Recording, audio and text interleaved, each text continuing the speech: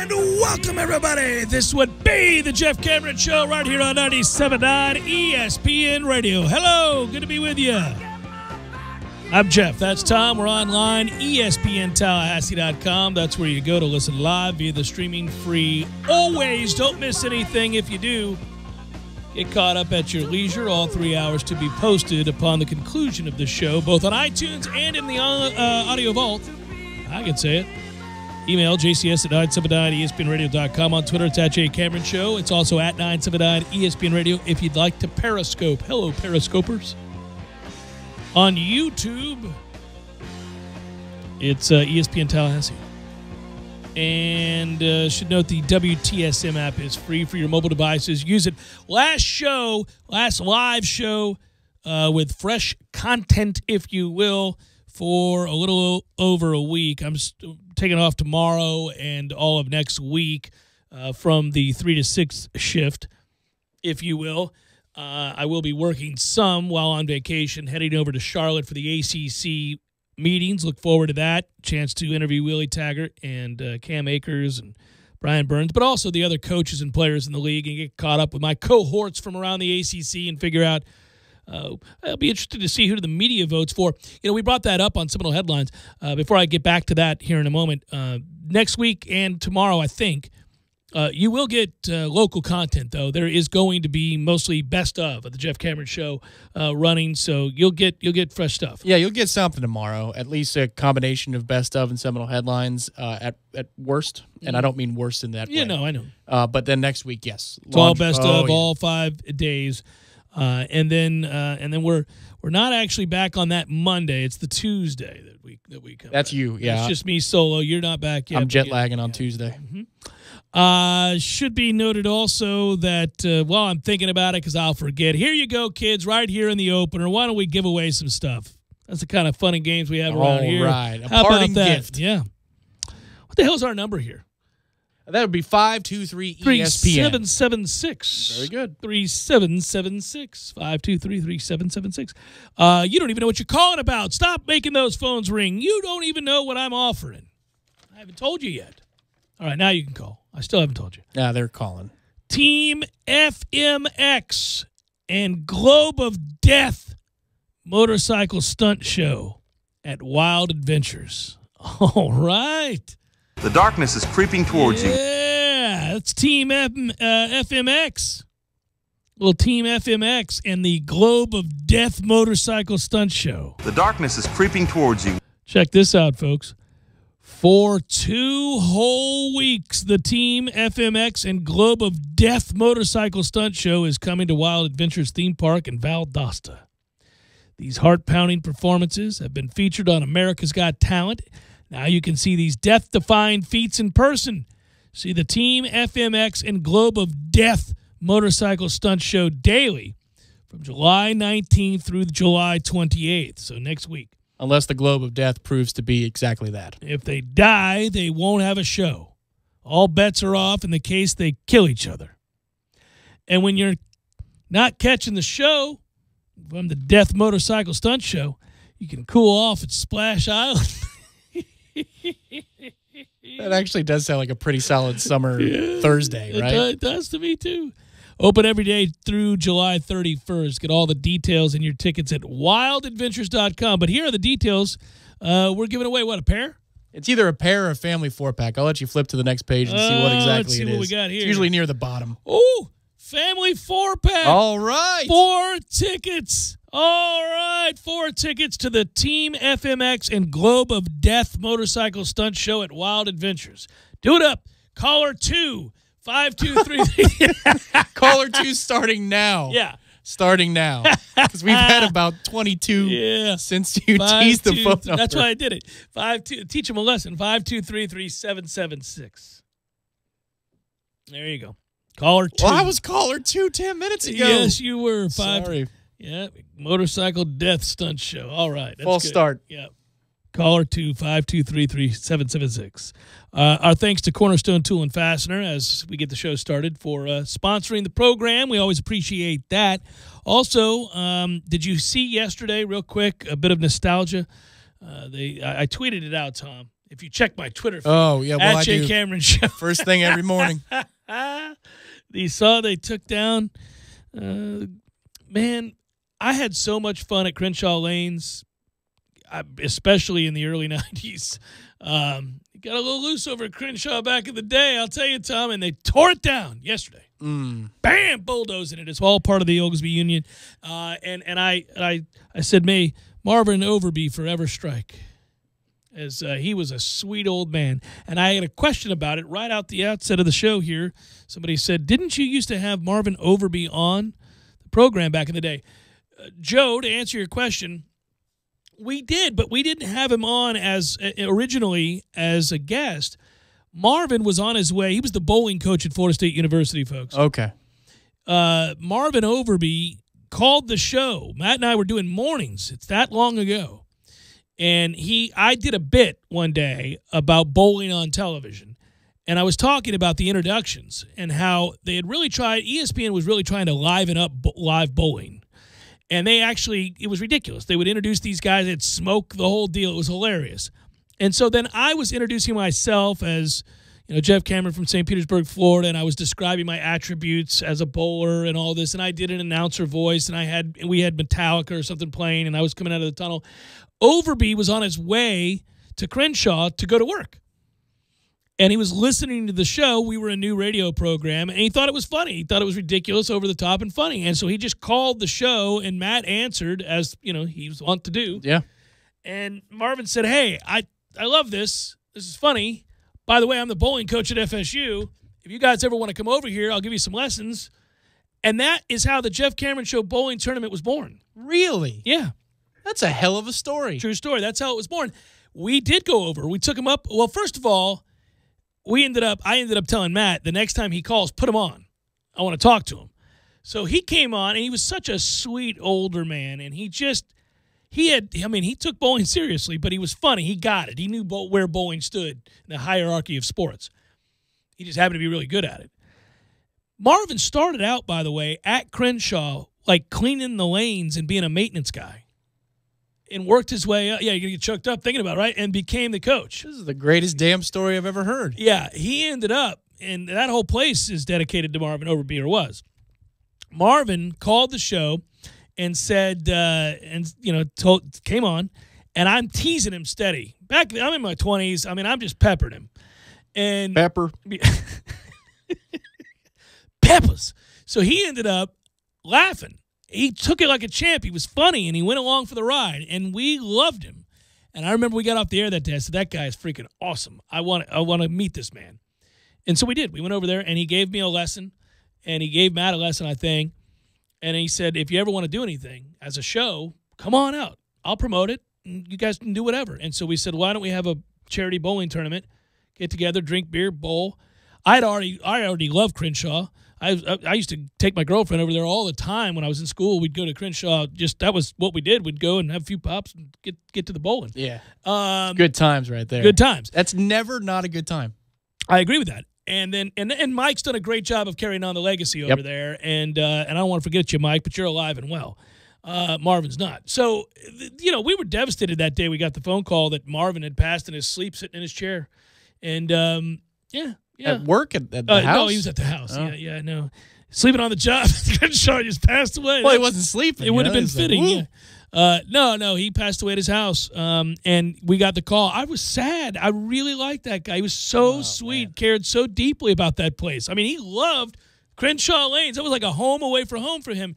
Anyhow, they bulldozed it last night over at FSU, and or this week, anyhow. And so, rest in peace, Marvin. He's long since been gone, but I joked about that whole situation. So. Rest in peace, Crenshaw Lanes, too. Had a lot of good times there in undergrad, and then it was the site, unbeknownst to me 2 years ago, of a surprise party my family That's had right, for yeah, me. and I had to convince you to go over there and everything else. I was not happy. It was the one time I was not happy about going to Crenshaw Lanes, and it ended up being the happiest time I ever had at Crenshaw Lanes. It was great, right? But it was cool. We had a guy also reach out to me last night after I tweeted that out. He said, I remember Marvin. I used to work there when I was at FSU. And then other Knowles from all across the country started to weigh in as I noted the fond memories I had of Crenshaw. And, may Coach Marvin Overby strike forevermore is what I think I said. And so that dude was awesome. It's not till 2020 that the new bowling alley will be ready. It's a freaking bowling alley. Let's get it together. It better be the greatest damn bowling alley of all time. Well, I would think there's going to be a significant portion that is dedicated to Coach Overby. Well, they had the one, corner there. And, I mean, admittedly, maybe Crenshaw was due for a... I mean, they had just renovated it, not all that long ago. Probably 4 or 5 years ago. Because I remember when Might we have were been here. longer. Well, when we were here, they had done something from one Christmas tournament to the next, and we thought it was much, much better. One thing I didn't like, that it's now everywhere and whatever, I'll get over it. That night bowling, that cosmic bowling. You don't like cosmic bowling? No. I like to bowl, man. Let's bowl. Turn the lights on. I got to see what I'm doing here. I'm trying to bowl for another. I should keep that close. All right, let's do the show. Jeff Cameron Show, 97.9 ESPN Radio.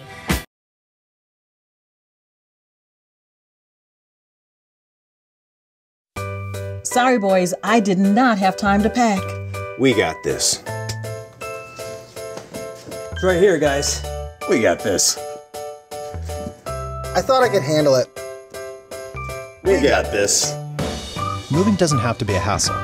Call us first at 2 Men and a Truck. No matter the move, home or business, we'll make it a smooth one. I forgot something. We got this.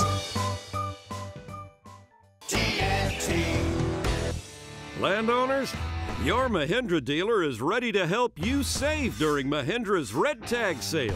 Enjoy up to $7,900 in tractor cash back and savings, or utility vehicle savings up to $1,700. Plus, Mahindra's industry-leading warranties still come standard. So hurry in for Mahindra's Red Tag Savings.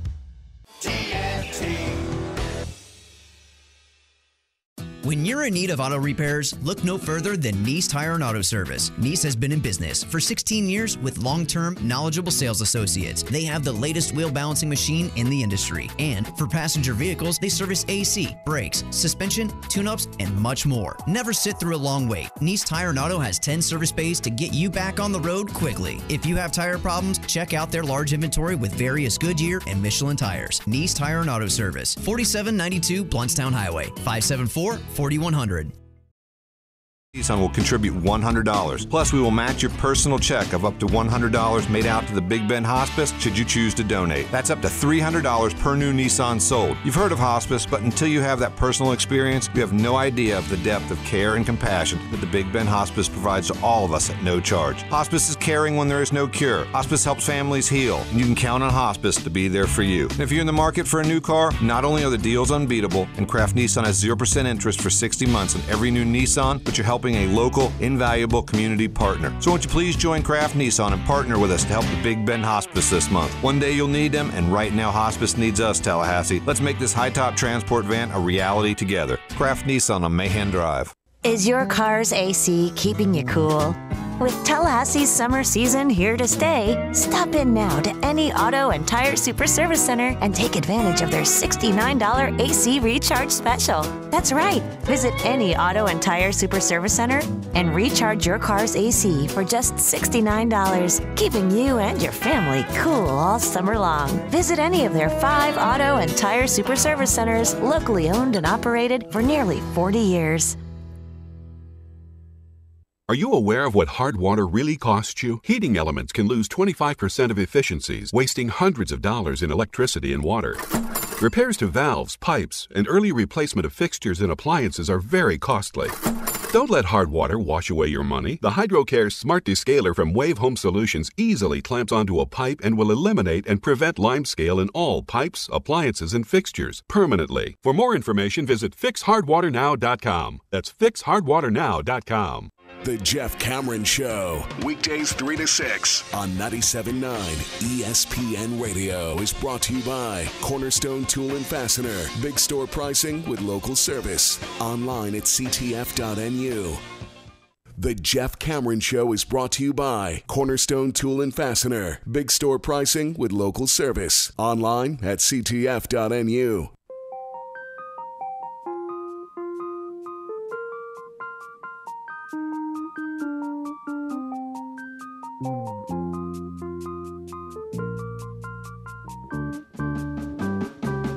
We get it almost every night. Should be noted that this was from last night's Beyond the Tips. That's a golf show that I do with Trey Jones, who is the head coach. And it's a good one. Thank you. At Florida State University. He's awesome. Trey was on his game last night. I was really impressed with Trey last night. I just sat there, made sure we stayed in the road, but he was great. Really? Really insightful, yeah. I learned a lot again. I learned a lot on this show, man. I'm kind of a listener who has a job on the show, but I enjoy it. That's where for about 6-7 months of its run when we had it on Sunday mornings, the Peak Human Performance Show with Tom Larson, I really enjoyed producing that. You learned stuff. Because the topics every week were interesting, they were never repetitive, and you always learned at least 2 or 3 things that you could take with you. I learned something about golf every time I do the show, whether it's collegiate golf or professional golf or practice, preparation, stretches, workouts, you name it. I mean, Trey's a wealth of knowledge. We had, and the reason we're about to play it is we had Al Del Greco on last night. He kicked in the NFL from 1984 to 2001. I remember Al Del Greco, and I feel like he was part of my youth. I feel like Al Del Greco kicked every year I watched the NFL for the formative years that I watched the NFL. But Al Del Greco used to, right about now, this week, every year, he was playing in that tournament out in Reno. He had 8 top 10 finishes in that tournament, won it once. Al Del Greco was a really good golfer and probably still is. But Al Del Greco would win it. Mario Lemieux has won it. Rick Rhoden, former Pirate reliever, won that tournament. You guys all remember the celebrity golf tournaments out there and the guys that would play in that. Well, Al Del Greco retired from football, professional football, kicked in the Super Bowl with the Titans in that game they narrowly lost to the Rams. He kicked the field goal that tied it at 16. Oh, wow. Yeah, that's how, Al Del Greco was doing some things. Anyhow, we talked to him last night. He's now the head golf coach at Samford. And I think it's a good interview. It's enjoyable to listen how he transitioned from going from professional football to being a golf professional. And this is 19 minutes or so, thereabouts. Me and Trey Jones, Beyond the Tips, Sirius XM, PGA Tour Channel, last night with Samford golf coach and former NFL kicker Al Del Greco. Hello, Coach. Thanks for your time. Hey, guys. How are you? Good to join you. Absolutely. Well, Coach, thanks for doing this. And I can always tell when Jeff is super excited about our guest, and we both are tonight. But before I have an idea where he's going to get this conversation going pretty soon. But before we do, I want to talk about Samford Golf, your team there, and what made you want to get into college coaching? Yeah, Trey, I've always had an affinity for golf, and sometimes I think that may have even affected my kicking a little bit. Probably played too much in the off season instead of training more, but got out of football in 2000, and I coached a high school team, started it from scratch, and did that for 10 years, had 3 state champions, 3 individual champions, and, the correlation between kicking and playing golf and kind of the, being on your own and having to kind of bounce back from mistakes or things that go wrong, it just kind of seemed to fit. And then my passion for golf involved with that was just absolutely something that I couldn't pass up. And the opportunity at Samford came along 4 years ago, and I know, we're never going to be as competitive as you guys in Florida State or some of the big schools, but, with golf, you always have that dream that it's you against the golf course. It's not physically a matchup like football or basketball or baseball or something like that. Sometimes the little schools can get it done. It's just recruiting is kind of what I've found to be probably the most puzzling part of it so far. But as you saw when we were at the Future Masters a couple weeks ago, I have no ego, and I ask anybody and everybody for help and how to get better at that. And I appreciate all the comments and ideas that we talked about walking around the golf course. Well, absolutely, and you're right. But just the feeling of helping a player, to know where they were when they came in your program, to what you've done for them, and the information that comes back later on, and how they appreciate it. And I'm sure you had coaches that way throughout your career. I mean, you had Gene Stallings as a coach, and Pat Dye. That's ironic that you would have both of those. But the things that those coaches meant to you, and now you're able to pass that on. And that's just invaluable for these young golfers at Sanford to have yourself standing there giving your life lessons to them. Well, I appreciate you saying that. And yeah, there were a lot of similarities, I think. I do think, coaching in football, you can be a little more aggressive and maybe over the top in the way that you treat people. With golf, it's a little different, especially while they're playing. You can't kind of spur somebody on and make them more aggressive like you do in football and kind of scream and holler at them on the golf course and make them play better. That just doesn't seem to work in the sport we're in now. But I do think, and I want this to sound the way that I mean it, and it's the best way possible, I do think kids are different today. And growing up, coaches challenged you back when we were kids, and, there was kind of a big respect for authority. And I think it's a little bit different these days. I think kids they don't get pushed as much as I think they're capable of. And you really need kids to buy into your program and understand that, look, I'm doing this to make you the best that you can be. It's got nothing to do with me as a coach or what I did or who I was or any of that stuff. It's simply, look, you've got to work hard. I don't think you're working hard enough right now. And if you use the examples of some of the guys that are on tour right now, it took them a long time to get to where they are. And I always kind of use the Bubba Watson as a great example, because when I quit football, I played mini tour golf for a little while, and he and Boo Weekley were out there and played in tournaments with them down the panhandle of Florida. And now you look at where they are. And, a two-time major champion. He's won the Masters twice. Very successful guy. And it took him probably 7, 8, 9 years before he ever became successful on the golf course to the point that he is now. And I think there's a lot of kids nowadays that aren't willing to do that. They want success very fast. They want it as easy as possible. And I think that's the biggest challenge that faces us as coaches in today's world. It is, and all the information they're getting, how they can, whether it's this show or Golf Channel or Twitter or whatever else, everything is instant, isn't it? But getting back to the opportunities that are available at Sanford University there in Birmingham, what are some of your home courses that you guys are fortunate enough to play? Yeah, we have a really good situation, and being a Division I school, we have 4.5 scholarships like everybody else, so we're fully funded. Great university, great education. Smaller school, we've got about 5,000 undergraduate students there. So I tell kids all the time, look, it's a different atmosphere. If you're looking for the big school thing, this is probably not the place for you, but it's a great place for a lot of different kids, especially when you're talking about golf.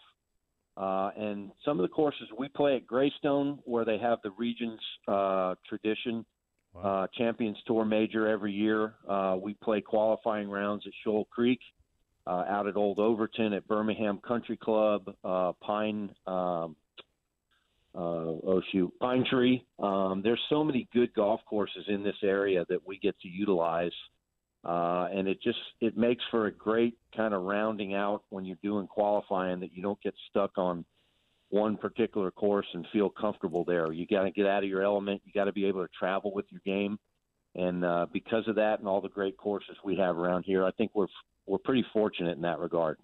You are fortunate, because I can tell you we're trying to solve that problem ourselves, and you don't have to there. But and we do see you guys on the road from time. You get to play against some of the other best teams and best players in the country as well with that. But you had mentioned something just a minute ago about coaching differently and whatever else. I'm going to lead this into probably what Jeff's going to talk about, but what's the maddest you can remember a coach being at you? I'm just curious as a kicker. Oh, gosh. I'll go back to, I guess, first instance was in high school. I kicked a kickoff out of bounds and came back to the sideline, and the special teams coach grabbed my face mask and was just shaking my head back and forth, telling me that we could get any idiot out of the stands to come in and kick the ball out of bounds. And I'll never forget, and I think this is different in today's day and age too, after the game when I got home, my dad came up to me and said, "Hey, what was the coach yelling at you about? That was hysterical." Right, so right. There you go. Yeah. I don't think parents find it that funny, but I kicked it out of bounds. It was a mistake, and it was something that I probably did very, very few times after that because of the way he reacted to it. You know, it's funny, Al. My brother was a 4-year kicker in high school and had college scholarships, but chose to go somewhere else to play soccer. But the point would be, I've always been intrigued by kickers, and I used to tease him because I played other positions, and we used to go back and forth about who was tougher. And he said there was nothing tougher than standing over a kick after these guys have been playing a whole game and it's tied at 17, or you're down by a point with a minute to play. But I would imagine that the kind of mental toughness you talk about, it being within yourself and the focus that has to be, is the same on the golf course. I remember I talked to Graham Gano at FSU about this. What's the similarity, both mentally and physically, to being a kicker to actually being a golfer? It's very similar to a quarterback or a cornerback, where they say you got to have a very short memory. You got to put behind you what happened, what comes up next. You know, you go out, you miss a 35-yard field goal in the fourth quarter, you're hoping for another chance. You don't know if it's going to be 35, 25, 55, or whatever. You just got to get ready for the next opportunity. You do have some time to kind of think about it and relax and cool off a little bit. Where golf is concerned, wherever you hit the ball, you've got to go play it from that next spot. And you've got, from the time your playing partners hit their ball and you walk to your ball, then you get another 40 seconds and you've got to play another shot. So where golf is concerned, it's a little more difficult, I think, to kind of keep the distractions out of there and just kind of let things go. But I do think, and this is something that even in my golf career playing, it took me a long time to be able to do that. I was much better at it in football than I was at golf. But that's one of the big things I try to portray to the guys on my team is, look, you hit the ball there, whether it's a good break, a bad break, whether you deserved it or not, nothing's going to change about that situation. You've still got to play the ball from there. So why not, try not to use that energy in a negative way and just get ready and try to make the best shot you can from that point. Did you grow up playing golf? I'm assuming you did, because your golfing prowess is well known. Right around this time of year, everybody got used to seeing you as a perennial top 10 finish out in Reno. I take it you grew up playing down in Miami? Yeah, I started when I was about 12. Played in junior high school. I played soccer and football in high school. I couldn't play golf. And then, football was a great avenue to get into celebrity events, and I was very fortunate that Celebrity Tour started right around the middle of my football career. And honestly, guys, in the late 90s, we had 10 or 12 celebrity events that we went around the country playing at different places. John Elway had a tournament, Mario Lemieux had a tournament, Dan Marino had a tournament, and it was just a great outlet in the off season. And heck, I mean, they paid for everything. All you had to do was pay to get there. The hotels were always taken care of, and the prize money was sitting there for you to win. And as you guys know, there's pretty good competition, but it's not a whole lot of competition there. So it was a great outlet in the off season, and I think that's why I spent so much time doing that. Well, I think I was looking back at the results. That was basically yourself and Mark Roden and Rick Roden, my man from the Pirates. That's right. I'm sorry. For years. Yeah, that was you guys had a lot of great battles out there. But what's some of the things that you miss about that event other than the golf?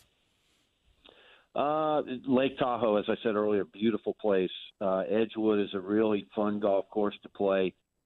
Anybody that's ever been out to Tahoe will know what I'm talking about when, to me, it just smells like a clean place in the world. There's something about it. The lake the water's so blue. The golf course, the pine trees that are out there, it's just a beautiful place to go. And then, like I said, I mean, you're playing in a competitive event for a heck of a lot of money, where if you make a comparison there. And I guess being one of the guys that always felt like I had a chance to win made it all that much more fun for me. And, they put you up in a hotel for 5 days. They had meals provided, breakfast, lunch, and dinner every single day, and all you had to do was go out and play golf. And I know I miss it. My family misses it. We had a lot of great family vacations out there. But I tune in every year. I look back and, like I said, I'm disappointed I'm not there, but it's a great kind of reflection to look back and remember the days I was there and watch what goes on now. And I think Mark Mulder has won it 3 years in a row now. Yeah. So he may be the first guy, I think, ever to win 4 in a row. He was the first guy to win 3 in a row. I don't even think Rick Rhoden won 3 in a row. So this is something we've talked about on our show quite a bit, Al. But I'm always, you hear a lot of the tour pros or mini tour guys get aggravated when a professional athlete of another sport gets an exemption into a tour event. And Jeff, I've gone on record saying, man, I think it's great, but I think it's really people don't understand how great it is that player will put their name up on a scoreboard, because that's not their chosen sport. And for them to just get away from the feeling of what will everybody think, and I'm just going to go play golf. Steph Curry did it. John Smoltz just did it at the Senior Open. Tony Romo's done it. But what are your thoughts about your opinion about those guys when they go out and get in those events? I think it's, John Smoltz qualified to play in that Senior Open. So, there's nothing anybody can say about that. He had just as good a chance as anybody, and he was able to get through the qualifying process.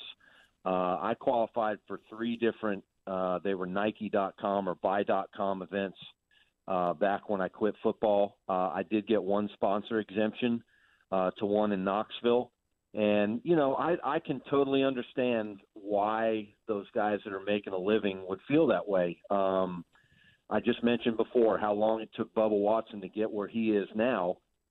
Who knows how many guys are out there that maybe that one start that athlete has prevented them from having could be the turning point in their career on that particular week or that particular golf course. So I was always one of those guys that, it would have been great if you get the exemption and all that stuff, but I totally understood where the professional golfers were coming from and why that was such a big issue for them. You are taking a spot from a guy that's doing it for a living. And John Schmaltz, any of those guys, Steph Curry, they're not doing it for a living. They're doing it just for the pure joy of the love of golf. And where the tournament sponsor is concerned, I'm sure they're looking at it from a ticket draw, and that works out in their favor. But if you're purely looking at the basis of playing golf and a career and making a living at it, and you look at guys that, Coach, how many guys are out there and how many great golfers you had that never made it on tour,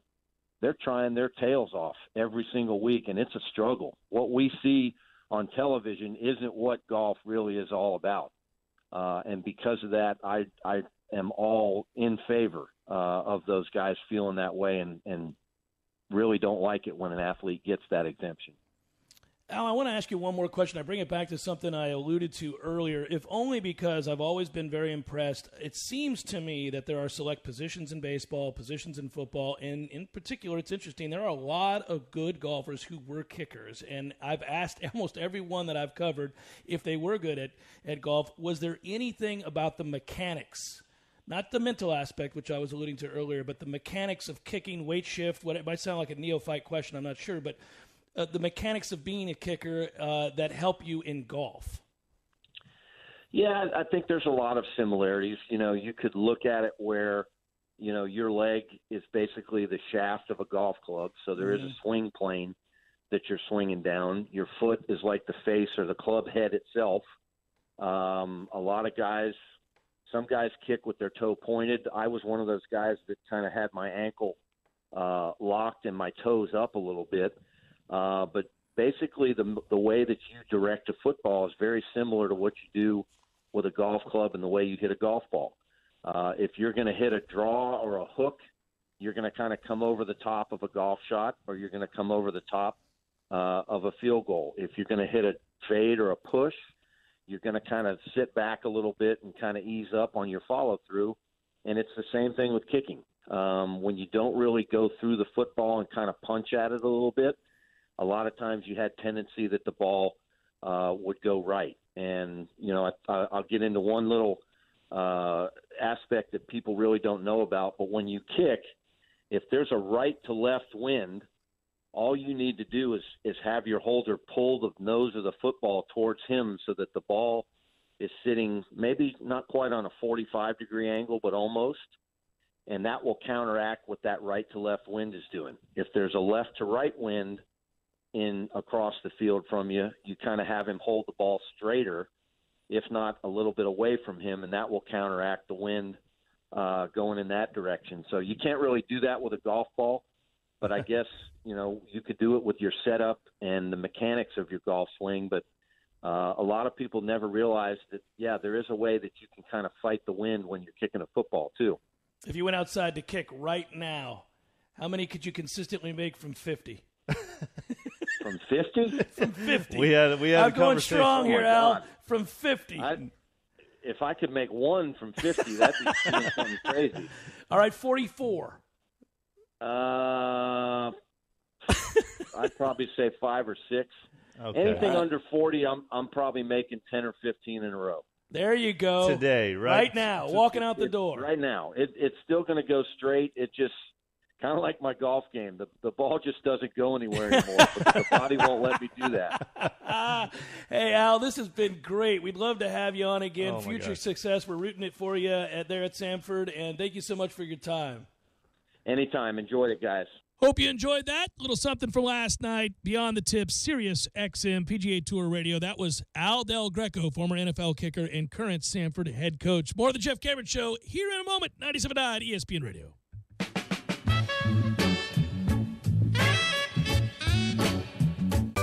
Sorry, boys, I did not have time to pack. We got this. It's right here, guys. We got this. I thought I could handle it. We got this. Moving doesn't have to be a hassle. Call us first at 2 Men and a Truck. No matter the move, home or business, we'll make it a smooth one. I forgot something. We got this. Landowners, your Mahindra dealer is ready to help you save during Mahindra's Red Tag Sale. Enjoy up to $7,900 in tractor cash back and savings, or utility vehicle savings up to $1,700. Plus, Mahindra's industry-leading warranties still come standard. So hurry in for Mahindra's Red Tag Savings.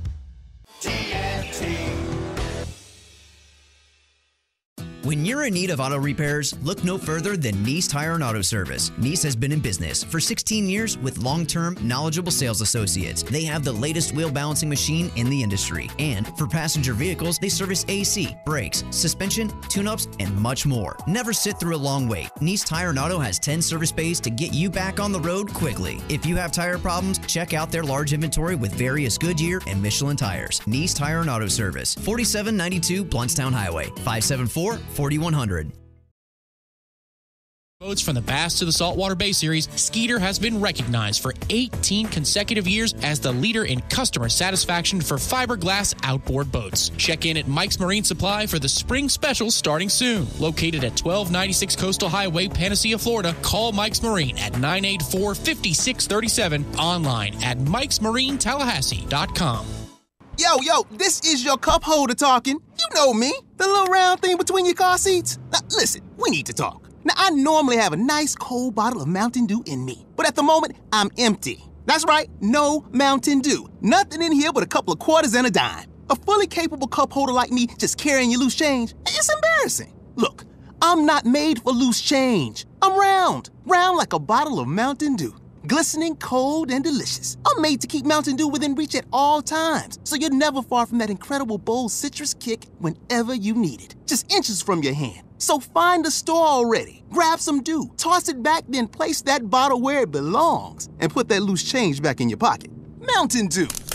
Do the Dew. I'm Michael Blank, attorney with the law office of Jose Fernandez. If you've been in an accident, I know this can be a scary and confusing time. Our firm specializes in handling all types of accident and injury cases. Let us guide you through the process and get you the compensation you deserve. Call 855-HOSE-305 to make an appointment for your free consultation today. If you can't come to us, we can come to you, day or night. Call us now, 855-HOSE-305, the law office of Jose Fernandez. We don't get paid unless you do. Offices, Tallahassee, Miami. Se habla español. deal. JRFinjury.com.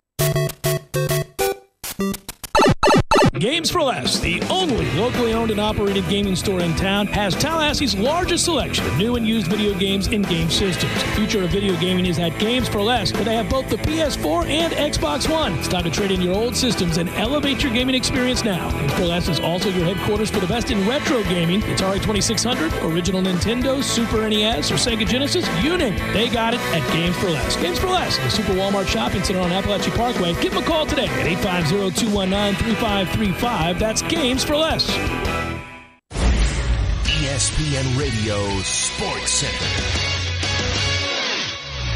I'm Doug Brown. Serena Williams now has a 20-match win streak at Wimbledon. She wins her semifinal today in straight sets over Yulia Gergis and advances to her 10th Wimbledon final against Angelique Kerber, a straight set winner against Yelena Ostapenko.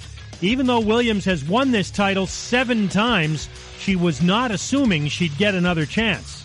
No, this is not inevitable for me. I had a really tough pregnant delivery, and I had to have multiple surgeries and almost didn't make it, to be honest. And so I remember I couldn't even walk to my mailbox. So it's definitely not normal for me to be in a Wimbledon final. So I'm taking everything as it is and just enjoying every moment. Williams took 14 months away from the court to have a baby. If she wins Saturday, she'll get her 24th Grand Slam title, tying Margaret Court's all-time record. Tomorrow in the men's semifinals, Nadal against Djokovic and American John Isner against Kevin Anderson. Our coverage starts at 7 a.m. Eastern on ESPN. Red Sox second baseman Dustin Pedroia doubts he'll be able to play again this season. He's recovering from major reconstructive left knee surgery last October. Pedroia has played in just 3 games this year. Boston puts third baseman Rafael Devers on the DL today with inflammation in his left shoulder. The Marlins have the worst record in the National League. Last night they set a new attendance low at Marlins Park, less than 5,300 for a game against the Brewers. Stage 6 of the Tour de France today won by Dan Martin. Greg Van Avermaet is still the overall leader. American TJ Van Garderen now 5 seconds back in third place. Broadcasting live from the AmeriGas Propane Studios in the capital city of Tallahassee, this is the Jeff Cameron Show, brought to you by Cornerstone Tool and Fastener on 97.9 ESPN Radio.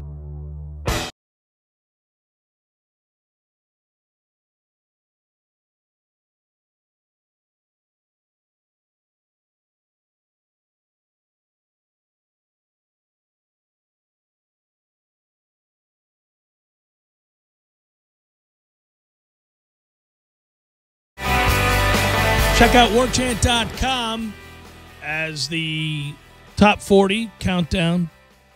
I'm Casey Kasem. Players 31 through 40 we did, and it is up and running on warchant.com. That list, you can see everybody that goes with. Carlos Becker comes in at number 40. They'll go through the guys that are ranked. Those that weren't ranked, I had him at number 30. Oh, I had him at number 36. Corey had him at number 39. Ira had him unranked. Gene had him unranked. So he was the last guy in. Barely got in. You can read a little bit about him. Adonis Thomas finished number 38 on this list. Jeff had him unranked. That'd be me. Corey had him unranked. Ira had him at number 36. Gene at number 38. And then there's a nice little write-up about it all. But I don't tell you that to tell you each and every guy. You can find that out on warchant.com. But I didn't rank George Campbell. And George Campbell came in at a tie for 38th. Ira had him at 40th. Me and Corey, we did not put him on the top 40, and Gene had him at 34.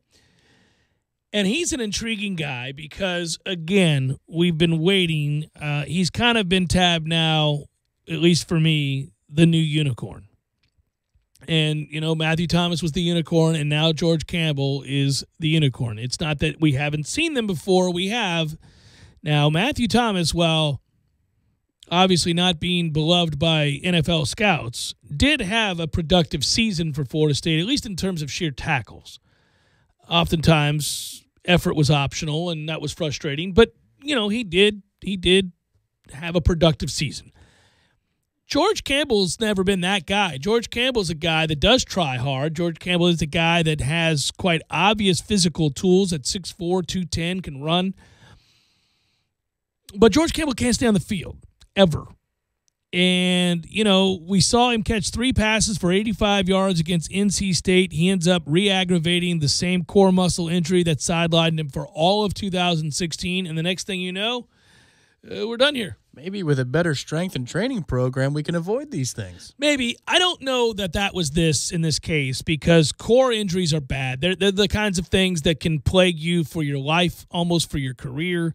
They can take years to heal or not re-aggravate. It's like ripping a hamstring. You rip a hamstring, it could be tough, man. That could be a plague for you the rest of your career. And I just knock on wood for George Campbell, because I hate it for a guy who's talented, who came in with high expectations. When you struggle with injury, it's really the hardest thing an athlete can deal with. And I don't, especially on a team sport where people are counting on you. When it's an individual sport, you're affected, but really nobody else. The hard part, I think, for anybody who's athletic, I'd use this example for just the common man. I'll use you. You've really been dedicated this month to training and working hard on your fitness, and you're doing 25 workouts in 30 days. And, Bill Fredericks has done a great job, and you've done a great job of committing yourself to it, right? And today's the last day. And so the point of me bringing that up is to say this.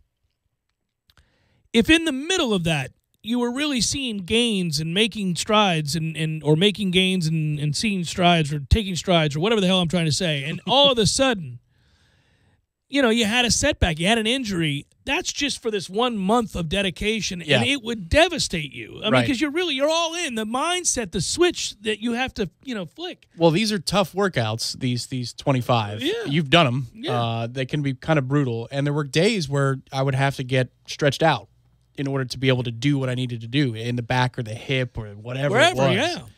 And I mean, I just got a little snippet of what it's like. I mean, as a kid, you don't think about these things. Never. And I'm not sports specific training into my early 20s. I'm just playing pickup ball. But my man has his whole life. Right. And then this. And what does it take to get him ready to go practice on Tuesday? Does he have to go see a trainer and get massaged for, 30 minutes before he can even go out and practice? Well, and his problem is he's got an injury that you can't really play with. I mean, if your core is if you tear a core muscle or re-injure an aggravated core muscle, your core is everything. Your core is everything. It is the focus of almost all workouts these days. Something that activates your core. Everything explosive, whether it's squats or whatever else. Many of these things are now done on BOSUs and the like in order to activate core. And so you can't do what you need to do as a football player, especially a receiver, if you have this injury. And I feel really bad for him. I don't know him. I don't, I'm not saying he's a great guy or a bad guy. I don't know him. Maybe he is. I have no idea. For any athlete that is sidelined for as long as he's been and as consistently as he's been, I think that's mental torture. Well, it's like instead of simple algebra with one variable, it's like trying to solve an equation with two. Right. Because you have his health as one variable, and then you have the scheme as another one.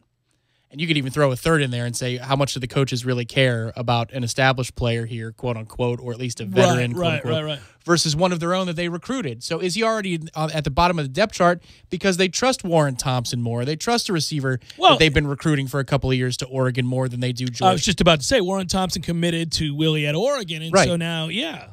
So how the hell do you figure that out? I mean, this top 40 this year, good luck, man, because this really is difficult. The hardest one. New coach, new scheme, especially for offensive players. Yeah, and we said that too. I mean, I wanted to be clear about this. Like, look, some of this, just throwing darts on some of these things here because you're making certain assumptions. By the way, Warren Thompson did make the list ahead of George Campbell. He's 36. He's lofty recruiting rankings. 6'5", 200 pounds with speed, silky smooth. It could be big time for him. Feel like you'll have a chance if you're Warren Thompson to get on the field early as a blocker. I think we need a second one. Could be wrong. Maybe George Campbell is that guy. Maybe he comes back stronger and ready to go. But I feel like as a blocker, we were doing the wide receiver game yesterday. Who's most likely to play where? You could probably get on the field early, at least for doing that much. Asante Samuel made the list, by the way. You and I are pretty excited about him. Number 36 on the list. He'll have to make up ground because there are older defensive backs there, Becker and Kyle Myers. But I like Myers. I think he's a solid player. Yeah, I mean, he's a guy that kind of gets overlooked a little bit. Well, again, you're trying to sort out what you got here because here's two variables for you on defense. Number one, new staff. That's the big one. But then number two, when you have reports in the last couple of years coming out of practice that defensive players feel like their coach is not putting them in the best position to succeed and perhaps in some occasions may be corrected on a practice field by the players, then how the hell do we know what we have from a development standpoint? Mm-hmm. It could be that Kyle is exceeding everything that he possibly could be heading into the season, or it could be that he or Carlos Becker are untapped potential and there's a revelation to their career. That's the biggest thing. I agree with that. I think you add it to the list of question marks that we're so captivated by this offseason and what's to come here real soon when practice gets underway. Just where these guys fit in to the new systems that they're in, and what do the new coaches laying a fresh set of eyes on them think about their potential within that scheme.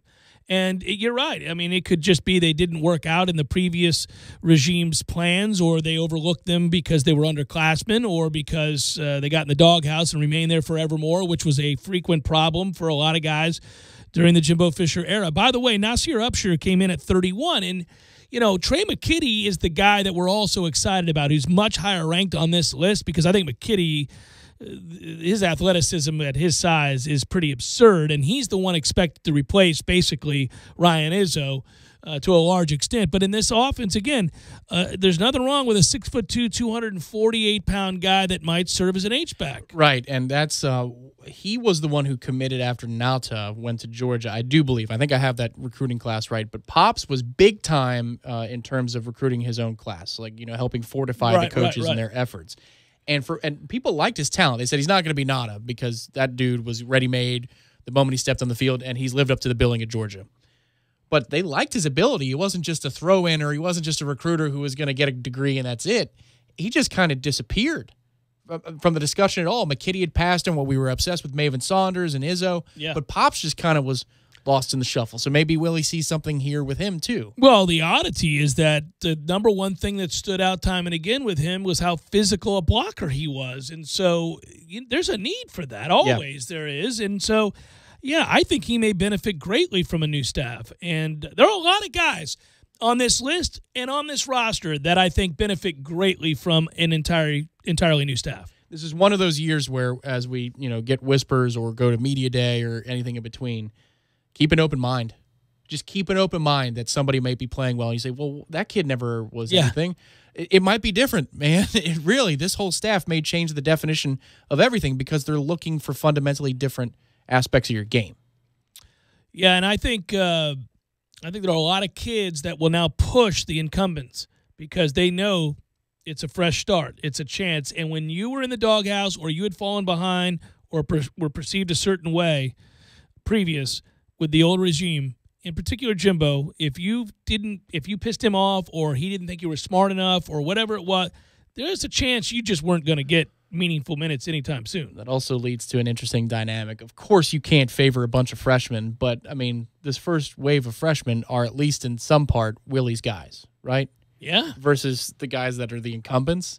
You just wonder if there's going to be a dynamic there, a bit of a divide or something that Willie has to smooth over, or if there's a bit of favorite playing. If it's a 50-50 situation, I'm going to go with my recruit versus the junior that was here under Jimbo. Well, we would love to believe it's all meritocracy, my friend. Whoever plays the best in practice and shows the acumen for the position and the system, then that's who's going to win the job. But we shall see. Everybody's got their own little Piccadillys, if you will. Jeff Cameron Show, 97.9 ESPN Radio.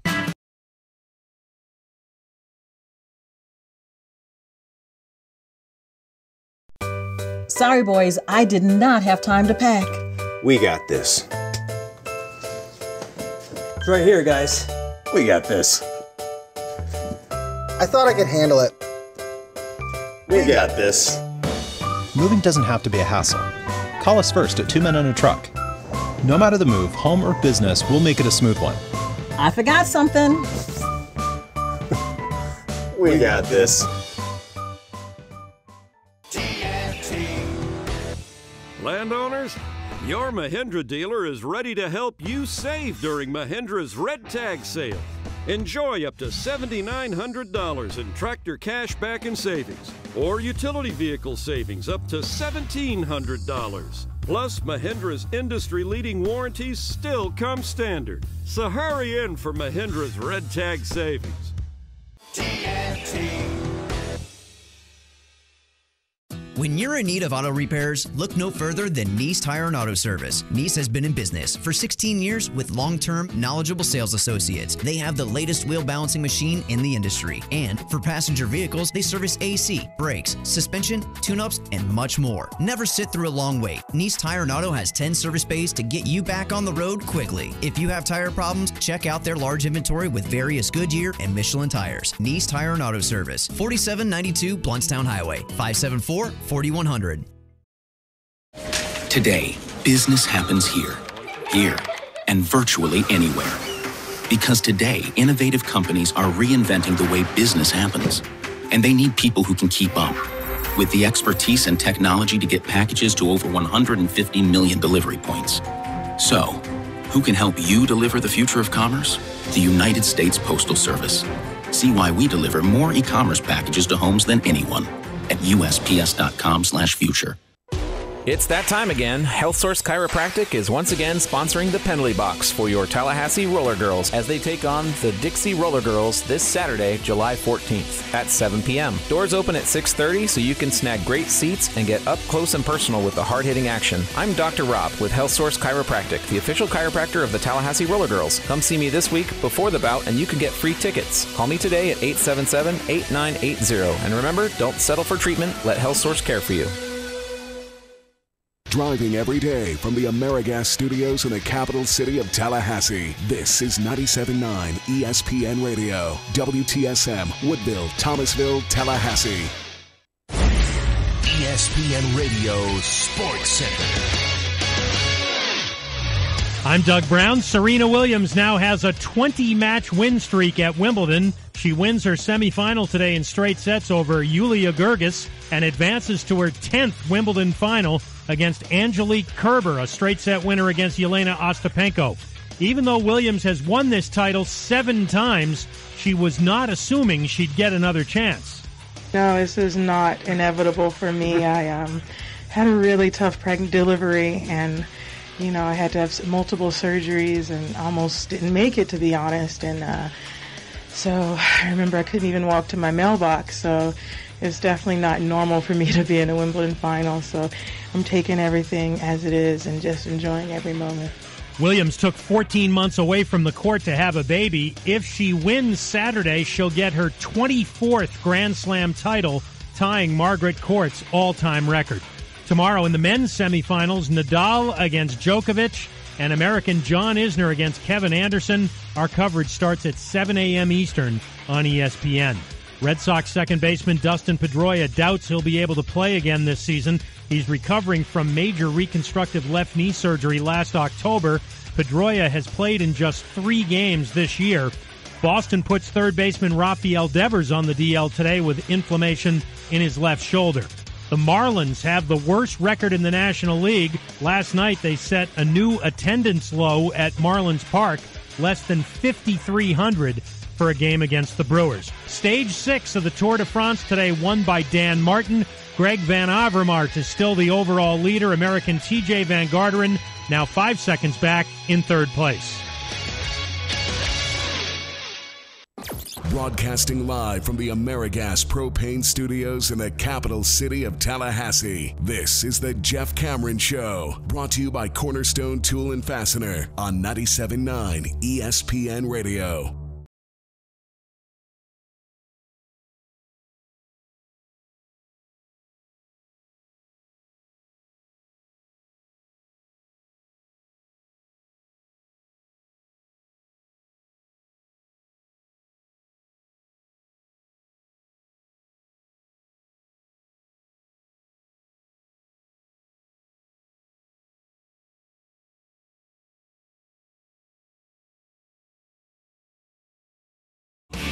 Hour number 2, Jeff Cameron Show, 97.9 ESPN Radio. Thanks for tuning to it. I'm Jeff. That's Tom. We're online, ESPNTallahassee.com. That's where you go to listen live via the streaming free at all times. There you go. Cedar Point. You ever been to Cedar Point, Ohio? I would have guessed Iowa. That's Cedar Rapids. I've been to Cedar Point, the amusement park. It is the roller coaster capital of the world. I ask you that because to be or not to be wrote, hey, at _Tom Lang at J Cameron Show, I spotted tiger in Cedar Point, Ohio, and it's a big picture of a Perkins. And the other part about that is it made me smile, given the fact that I, too, have been to old Cedar Point before and had a blast, but I was also scared because my dad is cruel and unusual and insisted that I ride the scariest of all the roller coasters. This is now, I don't know, the early 80s, maybe the late 70s. I don't even remember. I was young. I was like 10 maybe, 81. So the safety protocols weren't what they are today. No, and I think parents could override them. I think that was the deal. Like if the parent just said, no, we're good, he can do it, then that's just what happened. Then the hippie would be like, all right, man. Yeah, go for it. Hang on, man. Have fun. I'll tell you what I saw, something terribly disturbing when I was at Epcot not long ago. A father, this kid's kicking and screaming and crying, and the father said, oh, you're going on. Drove me. It really pissed me off. What ride? I don't know. There was some ride that the kid was really scared of. Epcot really, I mean, there's Test Track, and then there's the Mission to Mars, and that's about it. By the way, that Mission to Mars can go to hell. I almost puked on the Mission to Mars. Did you really? Yeah, man. It's the whole having your head there. I was sweating profusely. It's hot in there. It is warm in there. It's way too hot. Yeah. What are they doing with that?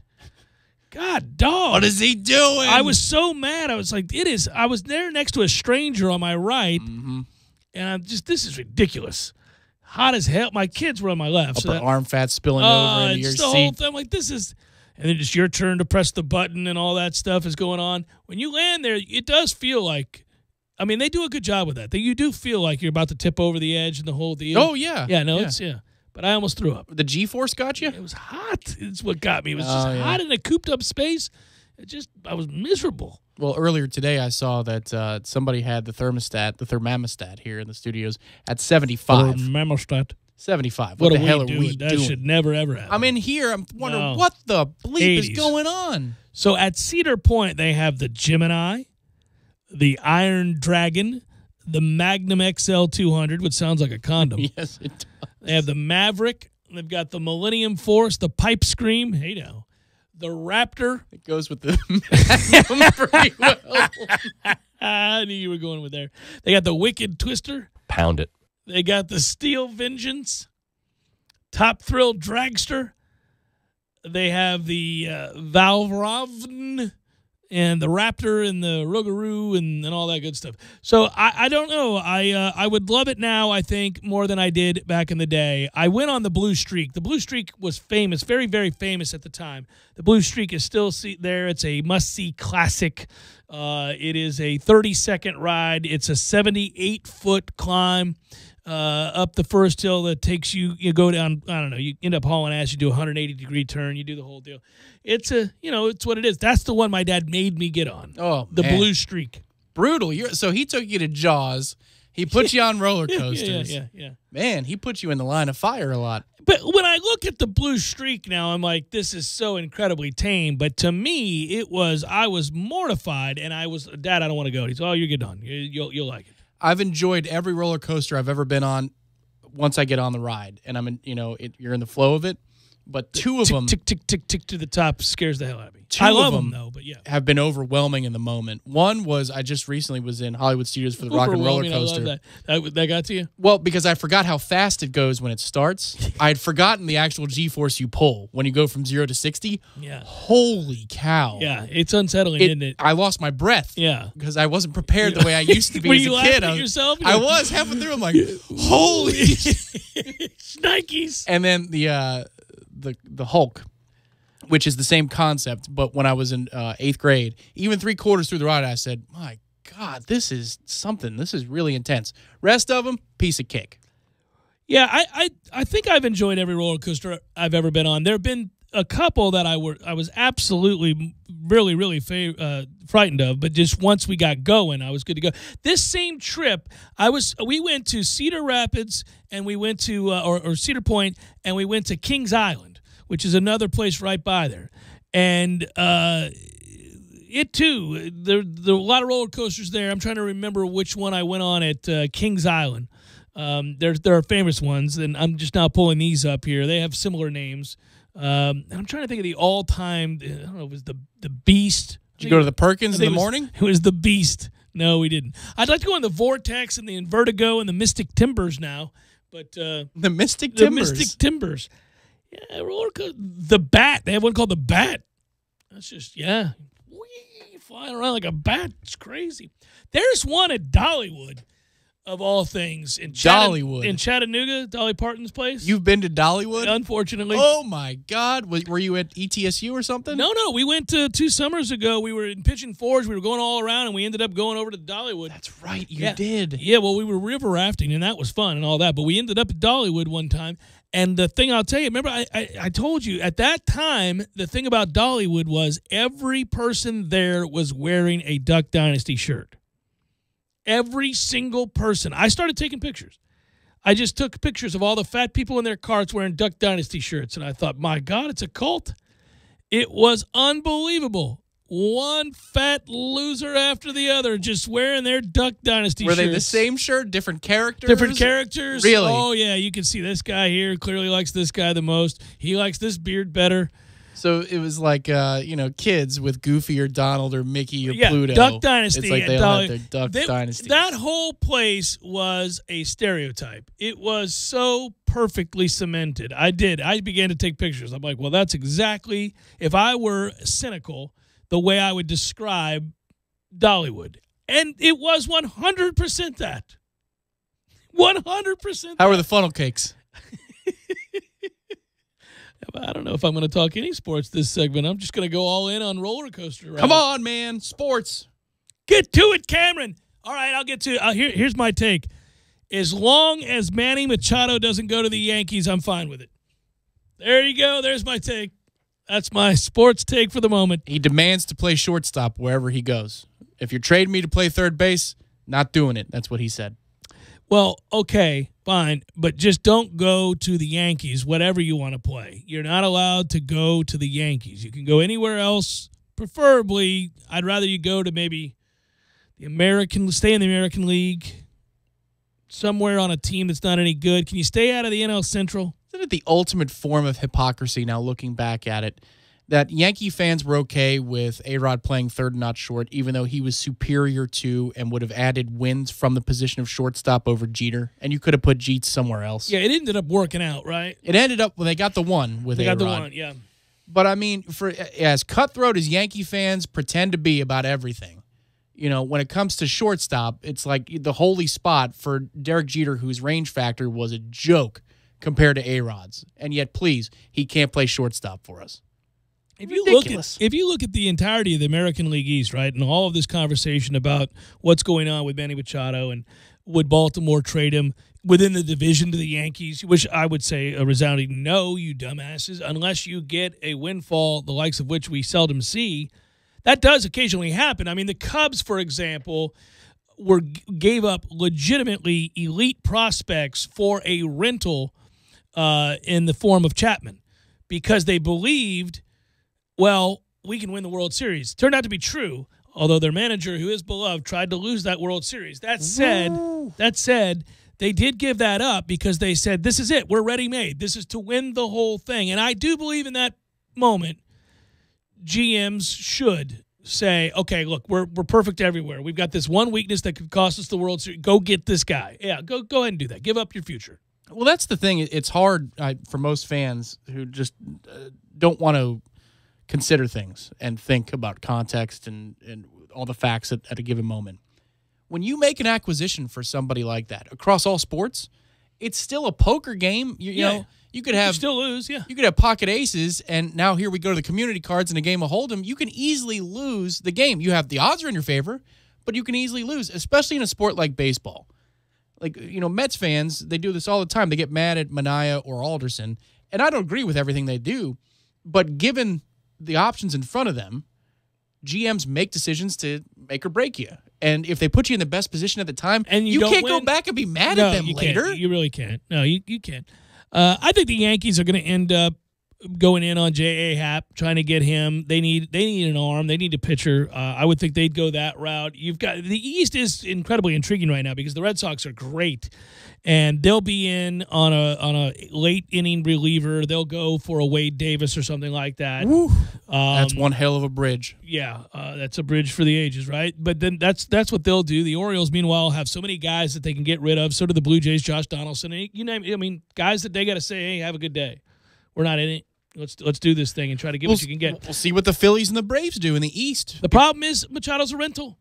Yeah. So you have to work out a deal. You have to get something done now where he agrees within a 10-day window. I'm fascinated by this because also the Nationals, their window's closing, and so maybe they get too aggressive because they know that this is their last hope and they need to go on a run in the second half. So they pay a ridiculous price to go get it. I don't know that Machado would go across the way. I don't know that Baltimore would do that. But I just find the dynamics of the NL East interesting. It's not the headliner division, but the Phillies and Braves are ahead of the curve. They have the prospects to go get somebody big. But do you want to give away big-time prospects for a guy who may not re-sign with you? That's the whole thing. And then the Nationals are super desperate, and one would think you could flick a switch, and at some point they're going to win, 10 out of 12. I think the Nationals are kind of screwed. I don't think they're very good. It's awesome. Jeff Cameron Show, 97.9 ESPN Radio.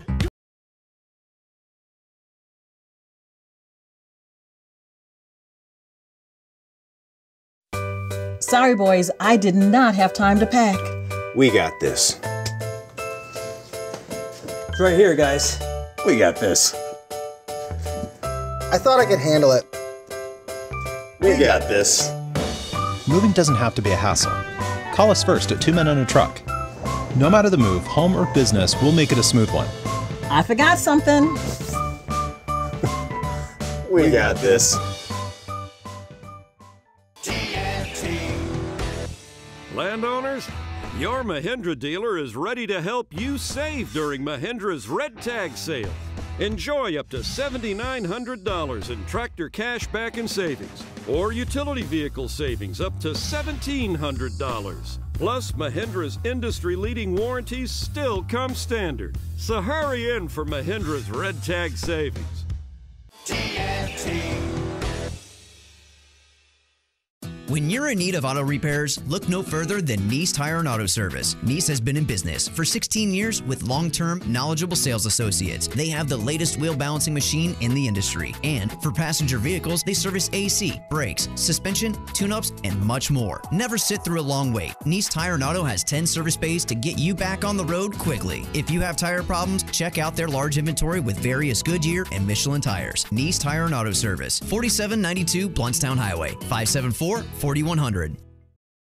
Professional every time, stay safe and dry inside. Roofing is rewarding, but it's not exactly a bed of roses. It's a very dirty job, subject to the environment, working on 98-degree summer days, dodging rainstorms, working on steep slopes like a mountain goat. At Parker Brothers, our skilled workers have chosen this challenging trade as their career choice. These are the people that you want working on your roof. We've been servicing the community since 1995. Call us at 656-8112. Parker Brothers Roofing, professional every time, stay safe and dry inside. CGC 042221, CCC 049350.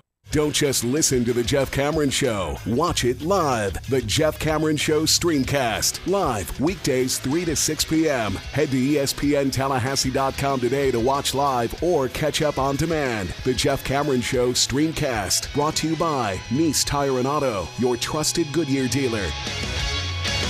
Nice Tire and Auto, just minutes away from FSU campus. Now you can get a great-looking cut in less time every time with an Exmark. The mowers landscape pros trust 2-to-1 over the next best-selling brand of mowers. When you buy your Exmark mower from Southern Harvest Equipment, you are guaranteed a great price. Nobody sells Exmark mowers for less, and currently select commercial mowers are 15% off commercial sales price while supplies last. You can also receive 0% financing. Find the Exmark that's right for you at Southern Harvest Equipment, located at 408 Wiggum Dairy Road in Bainbridge, Georgia. Exmark, ready to work for you. Need help moving? Two Men and a Truck Tallahassee provides professional home and business move services, both locally and long distance. For your next move, visit twomen.com or call them at 850-224-2232. Two Men and a Truck, the movers who care. This is the Jeff Cameron Show on 97.9 ESPN Radio.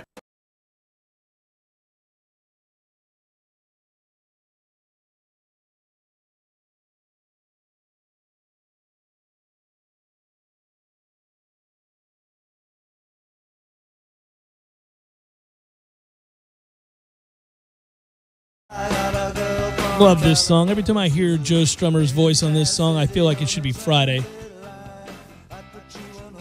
Just blends in with the instruments so well. It's like its own instrument. Yeah, it's well done. Good old Joe. Rest in peace. We already know this stat. I always think it's great. It's going to happen again in all likelihood for Croatia. Story today out of Yahoo Sports. When questions are asked about where babies come from, the answer ought to be big wins, kiddo. Birth rates spiked in Boston in 2005 after they won the World Series. In Germany in circa 2007, huge spike in birth rates. Yeah, I gotta, take it easy now. And now, by the way, that World Cup, the string of World Cup wins in 2006 on their home turf, respectively, Germany spiked huge. Mm-hmm. Yep. Okay. Let's all be reasonable this generation, Germany. Come on now. So in light of the stunning World Cup victory on Wednesday from Croatia over England, what does it mean for the Croatian population come April 2019? It means babies, lots of babies, especially if the country of 4 million can edge out France to win it all on Sunday. So just be ready. Croatia's about to take off. If they get it done here, you're going to see all kinds of Croatians, buddy. So if in 20 to 30 years the GOP really just has an iron fist over the country, can we say the Alabama dynasty had something to do with that? And all of their championships year after year. Everything in the South, Clemson, and over and over again. Specifically the Tide, though. Yeah. I mean, feels right, doesn't it? They change things, man. Yeah, I guess I'm not surprised. Everybody in a celebratory mood, maybe had a few nips, just a few, hey. Maybe. I'm enjoying precisely that. I'm enjoying some fine beverages here, and I know you're feeling happy like I am. I know a way to get happier. Championship. Well, given our last segment, I said this was a short segment. There's your information. Croatia's about to have a lot of babies. Could be even more babies if they win this next game. That's it. That's all. Russia's thinking, oh, wait a minute. We got to make our move, guys. It's funny. We can't get into this on the show. I'm thinking about the 99 National Championship or the 93 National Championship or even the 2013 National Championship. Now, the 2013 National Championship, we were together, so nothing was going to happen. I shared a room with Powell Adam. Yeah, I can guarantee you I went to bed. That was it. Where did we go in 13 after the game? We were on the bus. We got the police escort back to the hotel. We did nothing. We went right to bed. We went to bed because we had to get up in the morning and interview. Oh, Jimbo was giving a press conference. You went to that. I didn't. I had to stay up later to file my, what's it called, notebook, sidebar for War Chant. I worked for War Chant that night, and I had to do the Kermit Whitfield story. Whitfield. And so that kept me up a couple hours longer, and so I slept through the Jimbo presser. I was like, we won. I don't need to hear from him. I went down to that presser, and I was all aglow, excited as I was about that. And I remember thinking it was incredible that Jimbo was willing to be as forthright about screwing up with the situation and the play calls and the whole holding up the towel and the whole deal. Willing or unwitting, I think that was a mistake.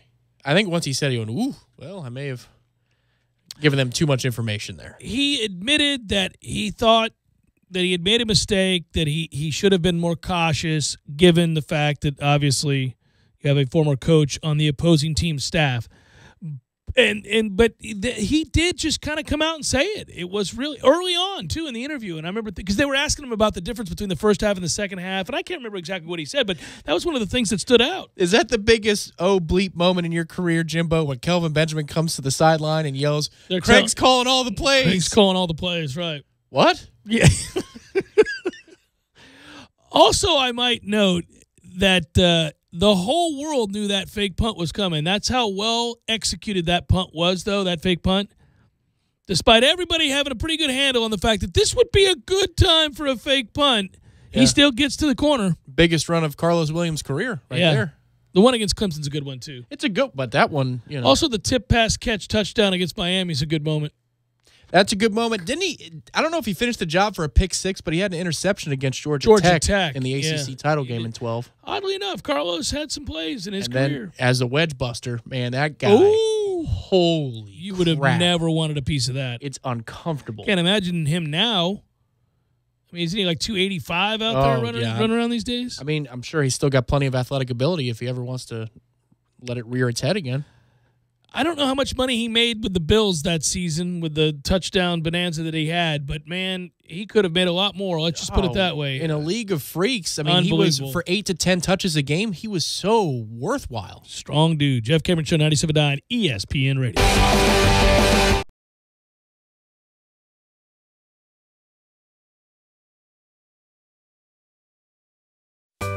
Sorry, boys, I did not have time to pack. We got this. It's right here, guys. We got this. I thought I could handle it. We got this. Moving doesn't have to be a hassle. Call us first at 2 Men and a Truck. No matter the move, home or business, we'll make it a smooth one. I forgot something. We got this. Landowners, your Mahindra dealer is ready to help you save during Mahindra's Red Tag Sale. Enjoy up to $7,900 in tractor cash back and savings, or utility vehicle savings up to $1,700. Plus, Mahindra's industry-leading warranties still come standard. So hurry in for Mahindra's Red Tag Savings. TNT. When you're in need of auto repairs, look no further than Nice Tire and Auto Service. Nice has been in business for 16 years with long-term, knowledgeable sales associates. They have the latest wheel balancing machine in the industry. And for passenger vehicles, they service AC, brakes, suspension, tune-ups, and much more. Never sit through a long wait. Nice Tire and Auto has 10 service bays to get you back on the road quickly. If you have tire problems, check out their large inventory with various Goodyear and Michelin tires. Nice Tire and Auto Service, 4792 Bluntstown Highway, 574-4100.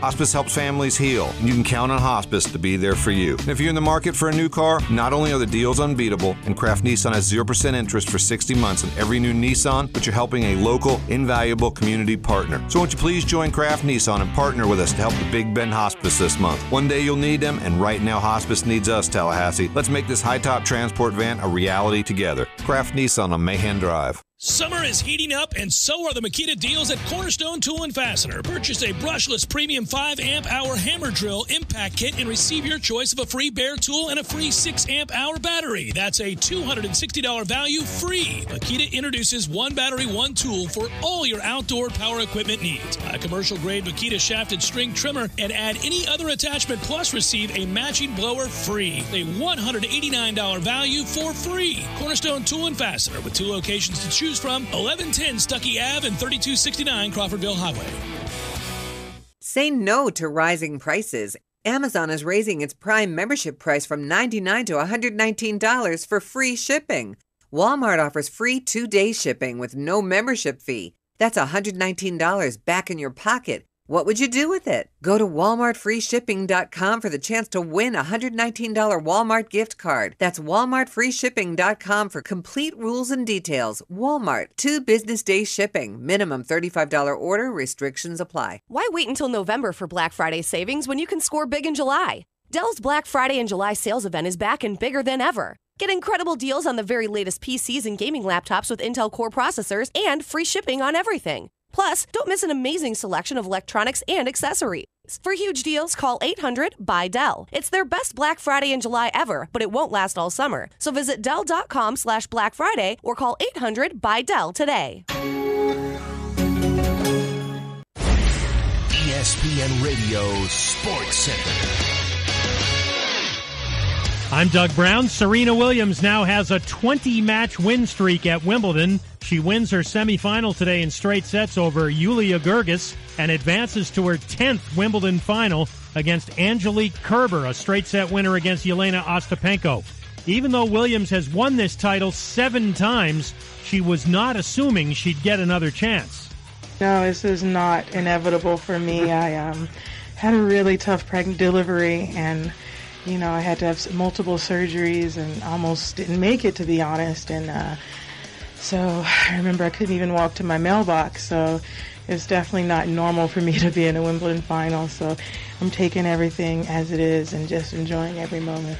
Williams took 14 months away from the court to have a baby. If she wins Saturday, she'll get her 24th Grand Slam title, tying Margaret Court's all-time record. Tomorrow in the men's semifinals, Nadal against Djokovic and American John Isner against Kevin Anderson. Our coverage starts at 7 a.m. Eastern on ESPN.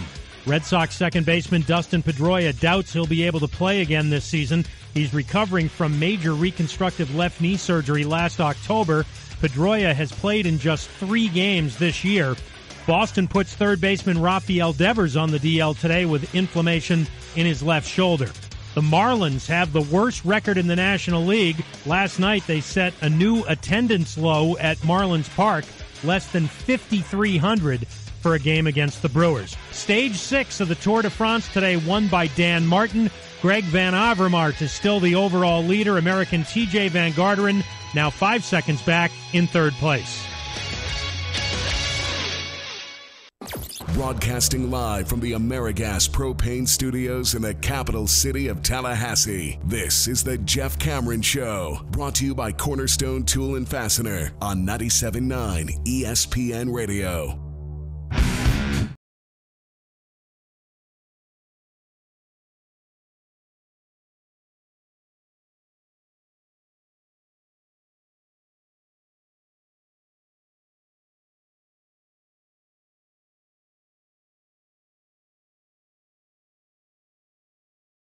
I want to thank my friends at Cornerstone Tool and Fastener for sponsoring the Jeff Cameron Show. Way to come on board, boys. Glad to have you. Good stuff. 3269 Crawfordville Highway, also 1110 Stuckey Ave. Go get your tools on. Cornerstone Tool and Fastener's got it all. Whether you're a pro's pro or a schlep like me who doesn't know what he's doing but walks in and says, how do I use this? All right, can't wait. Maybe that's the new slogan.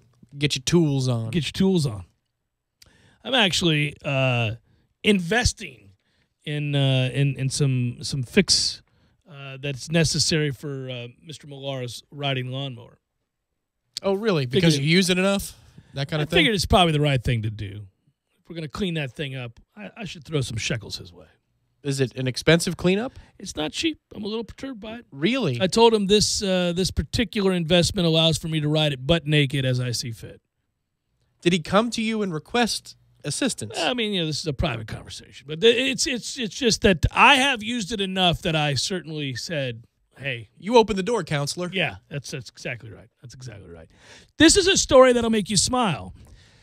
Jared Bullard is a guy that did not take the NCAA video game being pulled from the shelves very lightly. He's a guy that went, no, this can't happen. And so it is that he decided to dedicate an awful lot of time, money, effort to preserving a game that no longer exists commercially. And here's the deal. This guy, the game's no longer in production. You guys all know that as diehard college football fans. EA Sports NCAA Football hasn't been in production for some time. It hurts. It still hurts us all that is not something we are currently playing as we await the upcoming season.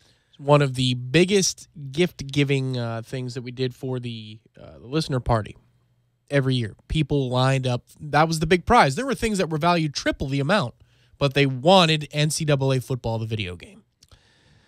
So his wife is saying to the reporter of this story, he puts all of this time and effort and information for a game into a game he doesn't even play. She can't wrap her head around why a video game, let alone one that's not in production, demands so much of his attention. She calls him, quote, crazy and obsessed with the game. And he can't or won't let it go. A 17-year veteran of law enforcement who once walked onto the football team at USF, Bullard works with a group of 9 gamers to keep the defunct franchise alive. Were you aware of this? I can guess where this is going, probably with rosters. Oh, without question, right? Guys do that for all, but most of the games that are still being played, guys will have complete rosters, including minor leagues on MLB The Show, which I download because they're real players all the way down to single A. That's cool. Yeah, it is cool. Yeah. Each offseason, they go through a painstaking process to input data to build out the updated rosters of all of the FBS programs. Every player is created from scratch down to his name, likeness, hometown. Then there's the empirical method they've devised for assigning player attributes like speed, agility, and strength. His fiance puts it as those stupid little numbers. That's how she sees it. Well, he's not 84 speed. He's 88 speed. She'll get up at 3 o'clock, 4 o'clock in the morning and go, you're still up working on this game? You're not even playing the game. And he'll say, but I am editing the game. Let me live. I'm living my best life right now, quote, unquote. Go away, devil woman. She thinks all of us are psycho. She says we are all nerds. Fair enough. This is crazy. They're impassioned. They're dedicated, and they've been known to nerd out from time to time, but because of their attachment, they've kept a game millions of people have spent countless hours playing from going extinct. Quote from Bullard, I love the game. I love college football. It's a labor of love. 5 years ago, by the way, Tom, this week, NCAA football hit the shelves for the final time. Do you recall who was on the cover? Was it Shoelace? Michigan? Michigan quarterback? Wasn't his name Shoelace? Denard Robinson? Denard Robinson. Yeah. He graced the cover of the game, which sold 1.5 million copies. It was the end of an era. No longer would its annual release mark the unofficial start of college football season. Yes, that's true. Multi-million-dollar franchise adored by all of us, discontinued, done in by that lawsuit from Ed O'Bannon of UCLA, which we understood players wanting to be compensated for their likeness. At the same time, we have not heralded Ed O'Bannon as a hero. No, that's true. He's a hero and he isn't all at the same time. Hey, Ed, there's got to be a better way, man. I'm as outspoken against the NCAA as anybody, Ed, but could you just lay off on this one, please? Let's ixnay on the complaining. Let's just leave this. No more suey. Let's just leave this alone. 2 questions to our nerds out there, because people have sent us stuff on Twitter over the years, like, highlight plays with the rosters updated. Is Xbox One reverse compatible with the 360? Can I still play? Because I have the 360 game. I had an extra one. My roommate did. So can I put it in my Xbox One and play it? I could probably just try it. But more importantly, can you play online with that still, or can you not? If you have the answers to those questions, thank you so much. The road to glory and race for the Heisman modes were like catnip for college football enthusiasts. The fight songs, the mascots, the screen-shaking crowd noise captured the essence of the sport. It didn't matter whether you were a fan of Florida or Florida A&M. You had a way of building your own digital dynasty. It's true. For gamers like Austin Pope, seeing the franchise shuttered was an especially difficult pill to swallow. Here we go into loserdom. It wasn't just that he and his brothers had spent countless hours playing the game growing up. It was the dream of one day being in the game, a dream he had long before he ever received his first scholarship offer. but it might never come to fruition. Yeah, well, here's the deal, man. I do remember being disappointed, very sad, very angry, being frustrated, and then saying, it's a video game. We'll survive. I probably took it a little harder than you did. It was a video game. It's something that I look back on and I associate with college. It's like the game of college because I think both of our generations do. When I was in school, we were playing Bill Walsh and all that stuff too, and all the. But I mean, the fact that you could do online dynasties and play across town and advance. That's very much your generation. I never cared about the online dynasties. Program prestige, man. And you know who it sucks for the most was show contributor Chris because he never won a national title. Oh, it still eludes him. It eluded him. And you know what? By NCAA 14, he was the best player. I'm willing to admit that as the best player for any other year we played. But he really had figured something out by NCAA 14, so I hate it for him. By the way, Burns has a full-time job and a wife and 2 children. This guy's name is Louis Burns. It says it takes him on average 25 hours to finish editing a single team. Multiply that by 30 teams he's in charge of, and you're talking about 750 hours he spends on this game. Holy smokes. You have to be borderline insane or a super fan or both, he said. What rational person would sit down and spend 20-plus hours on one team for free and then do it over and over and over again? He says he could cut his time in half if he wasn't so much of a perfectionist. When he creates a player, the look has to be just right, down to the correct face mask and socks. So there's in this story on ESPN.com that I'm reading, there's a picture of Felipe Franks, who can't play. But he's in the game, and this guy has got his throwing motion down the exact way that he wears his helmet. It's the whole deal, and he's assigning attributes to him, and Franks wants to know how he's rated because he grew up playing the game. Dun, dun, dun, dun. I was going to say, don't do that. I always thought growing up, I can't wait to be on that game, to have my own rating, to have them actually create me. This is Austin Pope. He's a gamer and wanted to play at Tennessee and all that good stuff. It was just a dream that got crushed, though. Pope's teammate, he is now in college football, linebacker Cortez Sapp, felt the same way. Said he was disappointed when he got the news, then he paused. But to this day, some people still have it, and they update it. I've actually played it in the last 2 years a few times and saw myself. So that's kind of cool. Parker Henry, a volunteer currently on the roster, has downloaded the updated roster to his console, and Pope says it's hilarious. They're now all playing. His brother, Felipe Franks' brother, showed him on the game. All these players said now they're just finding out about the fact that these guys, some call them losers, have sat around and done this. You know, we talked about Saturday Night Live. And it's not the same thing. I know. These are heroes. These are heroes. These guys are to be held on high. Yeah. The problem is, here's the problem. I don't disagree that I value their work far more than I do the guy that's updating me on the SNL on the boards there. And his Steve thinks that guy's got good feet. We've now approached 7-on-7 work, guys. Yeah. Just stay tuned. No, I get it. I like corresponding ratings for first, second, third team All-Americans, all that stuff. I think it's really, really cool. You know, I want to see all those things. And if I played the game, I'm sure I'd have a good time with it. But that said, the graphics haven't improved. They're stuck where they were. Yeah. They're not terrible, though. No, they're not. But every year that goes by, they become more and more antiquated. Yeah. And if you play a game like MLB The Show right now, which is incredible, and then go try to play that game, you're like, what are we doing here? It's ridiculous. But what helps NCAA football is the truth that Madden largely sucks. I played, I've given 6 months of on and off playing, maybe 20 times, and it's okay at best. But when NCAA had a bad year, it was still a really good football game. And it had nothing to do with the fact I'm playing with Florida State instead of the Bucks. I love the Bucks, too. Mm-hmm. Game for game, NCAA was always smoother. Always better. Yes.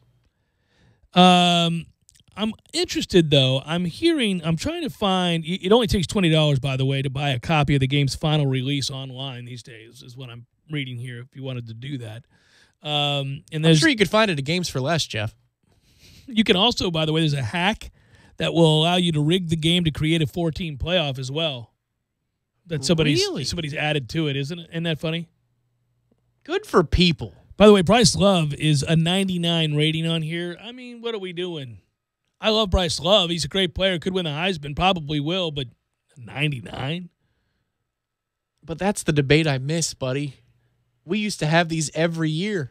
Damn it. Well, and they've got Trace McSorley here as a 93. I mean, he's a nice player, a real good player, but 93? In college terms. 93, Okay. Yeah. What's his speed? That's the most important. Yeah. In NCAA, what's the quarterback's speed? Yeah. Well, I just think it's a funny update on a story. You keep hearing these rumors that this game is coming back, that they've reached an agreement, that EA is going to be willing to stroke a check to universities and say, hey, distribute this. Here we go. Yeah. Here's a free copy for the players plus $50 or something. Right. Whatever it is, right? My guess is, though, I think you could do this still. You could stroke a check to the teams, to the universities, athletic departments, and they can figure out what to do with the money to distribute to players and put it in the savings or something, whatever it is. But you could do this game. I think their problem got to be when they really got too exact. When players literally began to look exactly like themselves, we had a problem. Right, when E.J. Manuel didn't have dreads anymore. Right, when he started to look like he actually looked. Yeah. Right. So my thing is, you could do the game still. You just can't be so damn exact on what a guy looks like. We all know who it is. Yeah. I would think, if you cut a deal, you can make the likeness. Yeah. Just the player signs it away. There's a provision for the video game, and that's the end of it. We have to hope this happens soon, Tom. Because I've held out hope in our lifetime it comes back. Like, by our lifetime, I mean next year. Let's hope it comes back next year. Oh, please. Help us. Jeff Cameron Show, 97.9 ESPN Radio.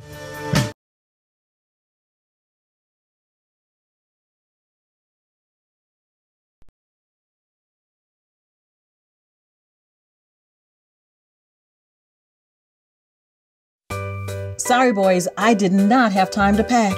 We got this. It's right here, guys. We got this. I thought I could handle it. We got this. Moving doesn't have to be a hassle. Call us first at 2 Men and a Truck.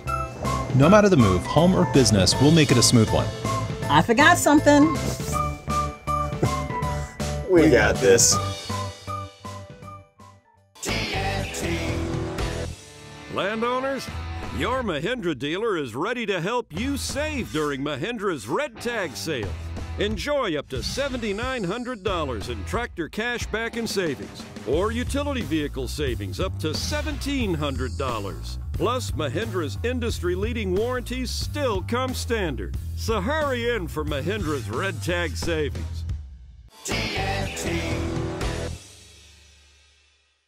When you're in need of auto repairs, look no further than Nice Tire and Auto Service. Nice has been in business for 16 years with long-term, knowledgeable sales associates. They have the latest wheel balancing machine in the industry. And for passenger vehicles, they service AC, brakes, suspension, tune-ups, and much more. Never sit through a long wait. Nice Tire and Auto has 10 service bays to get you back on the road quickly. If you have tire problems, check out their large inventory with various Goodyear and Michelin tires. Nice Tire and Auto Service, 4792 Bluntstown Highway, 574-4100.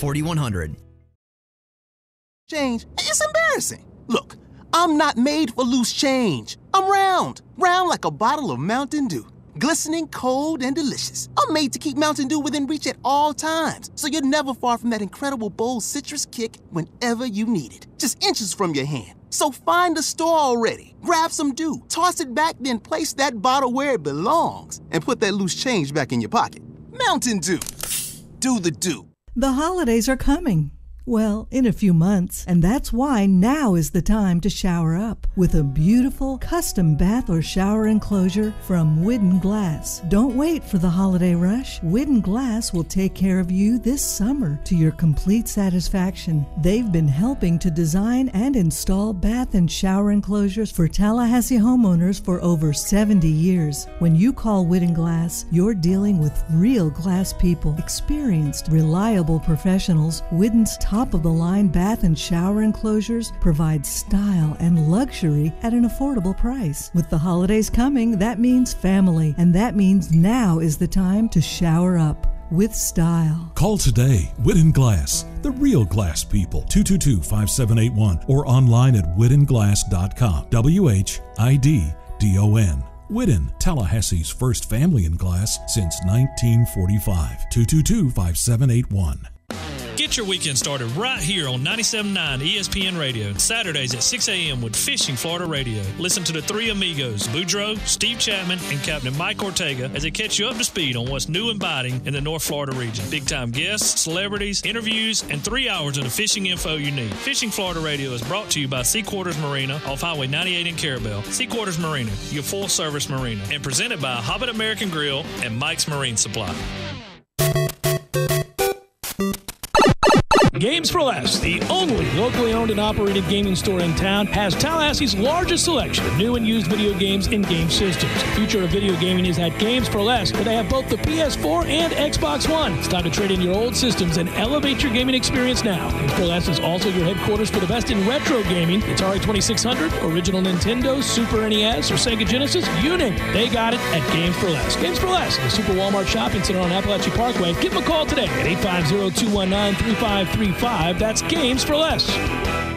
You're locked in with the Jeff Cameron Show on 97.9 ESPN Radio.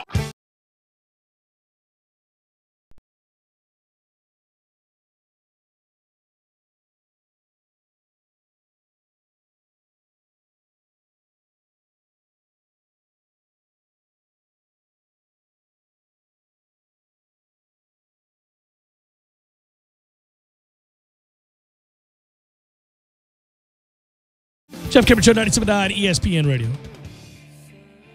Didn't I see? I thought. Well, let me get to this real quick. I'm going to have to come back to my original story, which I thought was something of good note. Yeah, it was. I found it. I just got done bragging about Marcel Darius, if you don't recall, and the Hope for Haiti situation in which he helped build a school. Stroked a check for $125,000, and we said, all right, way to go, Marcel Darius. That's what you do, building schools in Haiti, helping out in places of need. That's an awesome story. So I hate to read this story today, and we'll see what happens with this, but it's kind of an issue in the NFL, omnipresent, it seems like. Every week we have some such story. There's been 3 this week. This is the first I've talked about this one. But Jaguars' Marcel Darius is facing sexual assault lawsuits from 2 different women. So, okay, this is not good. He's due in court, and here we go. He's being sued by 2 different women for sexual assault. On Wednesday evening, News 4 Jacksonville spoke with Darius' attorney Steve Weisennecker. He's got a great last name. And he declined to comment on a lawsuit filed by a Texas woman identified only as Jane Doe, who alleges that Darius assaulted her and exposed her, sorry folks if you got kids in the car, to a transmitted disease. That's the best way I can phrase it. Oh, Jesus. Yeah, that's the best way to say that.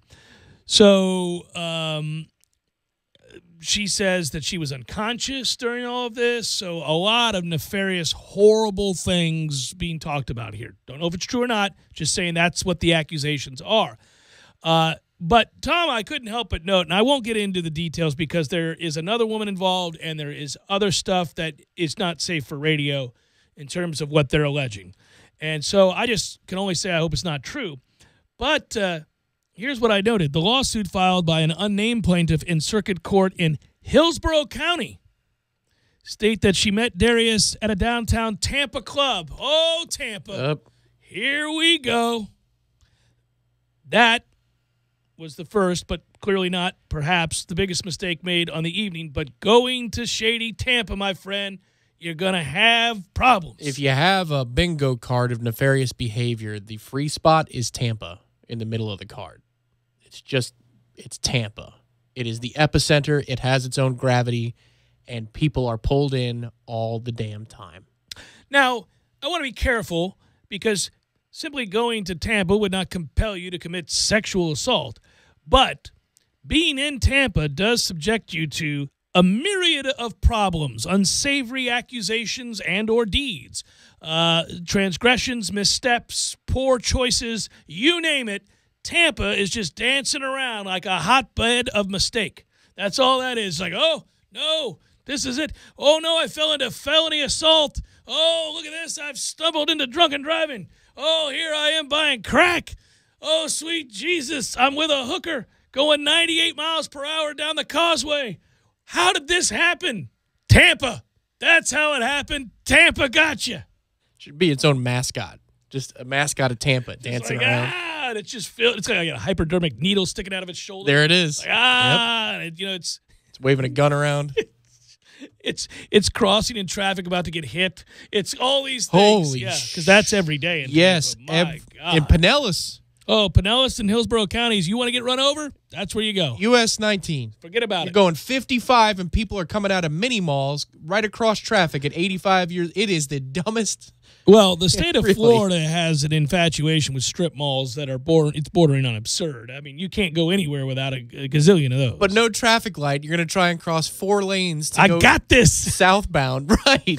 Yes, but you got this and you're in a 97 Camry and you're going 20 odd miles an hour. Oh, but if you're walking, I mean, that's the problem. If you're walking, cars find you in Tampa, man. Yeah. You can't walk in Tampa. I bring it up. Your story has now become my favorite story of actually seeing a guy just careening off the road and plowing into a statue and you telling him you got to go and it doesn't happen and the cops get him and that's the end of that. But I'm saying, man. It was one of those cement. Could have been you. Yeah, one of those cement columns that's about, 2-3 feet off the ground to prevent you from hitting the museum. Which he would have plowed into. Yes, it's a window-fronted museum in Curtis Hickson Park. The only thing to do is laugh. If it weren't so sad, I mean, that's the deal. So he's apparently, she says, in downtown Tampa at a club. I'm sure this isn't a fitness club. On January the 7th, 2 nights before the championship game, and was invited to an after party. You know what? If it was a fitness club, it would be a fitness club in Tampa. In Tampa. Where right there in the locker room, unsavory things are going down. Oh, no.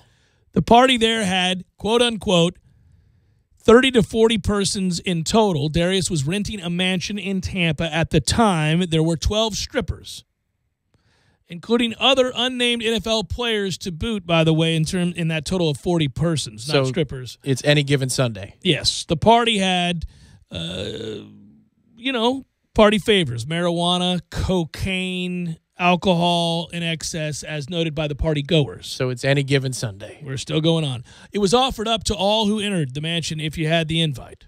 So it's any given Sunday. The suit alleges that Darius did some things he shouldn't have been doing. And then later she says that despite one encounter that she thought was inappropriate, she was drinking and having she had left that area and she left and she had a drink with her friend and then blacked out, and then we got issues. And we got some issues because she wakes up to problems. So all of this is said that it is said to have gone on at this den of iniquity here in Tampa. And she realized bad things, she alleges bad things had happened to her. And the suit says that she left the room, got a ticket ride back to her Tampa hotel, was emotionally distraught, stayed in her room, flew to Los Angeles, kept the details of this incident private initially, then eventually decided by late January to come clean and say, no, you know what, you did this and you'll pay for it. And this is how we've gotten to here. So there are criminal charges and also civil proceedings being brought. So that's where we are. Damn it, man, I don't know what happened there. I just know that is ugly. And between this and the LaShawn McCoy stuff the last 2 days, the NFL, man, you talk about bobbing and weaving. Bobbing and weaving every day. Every day. It's like a righteous man driving down Dale Mabry. It's just, you're exactly right, Tom. It's nuts. That guy's like, why am I still here? Don't worry, buddy, you won't be for long. I thought I was in Carrollwood. Next thing I know. It's just the league office is looking into the case, which means 3 years from now, he's suspended for at least 3 games. And who knows what goes on from here. And I would say that I have a suspicion, just a hunch. Got to play a hunch here at the end of hour number 2. My hunch is LaShawn McCoy is about to be revealed to be a hideous human being. I just the way that thing is starting to add up, that's going to be another eyesore for the NFL. I don't know what he did and didn't do. I'm just playing a hunch that when you read this thing, the way it's playing out, it sounds like we've got a situation where maybe while we're away on vacation, we're going to go, holy moly, Look at that situation with LaShawn McCoy. And I, for one, will be glad that we're not talking about it. I, for one, will be glad that we're not having to talk about it because I have a feeling we're going to be stunned. Just a thought. Just a thought. I hope I'm wrong. Final hour, forthcoming. Stay with.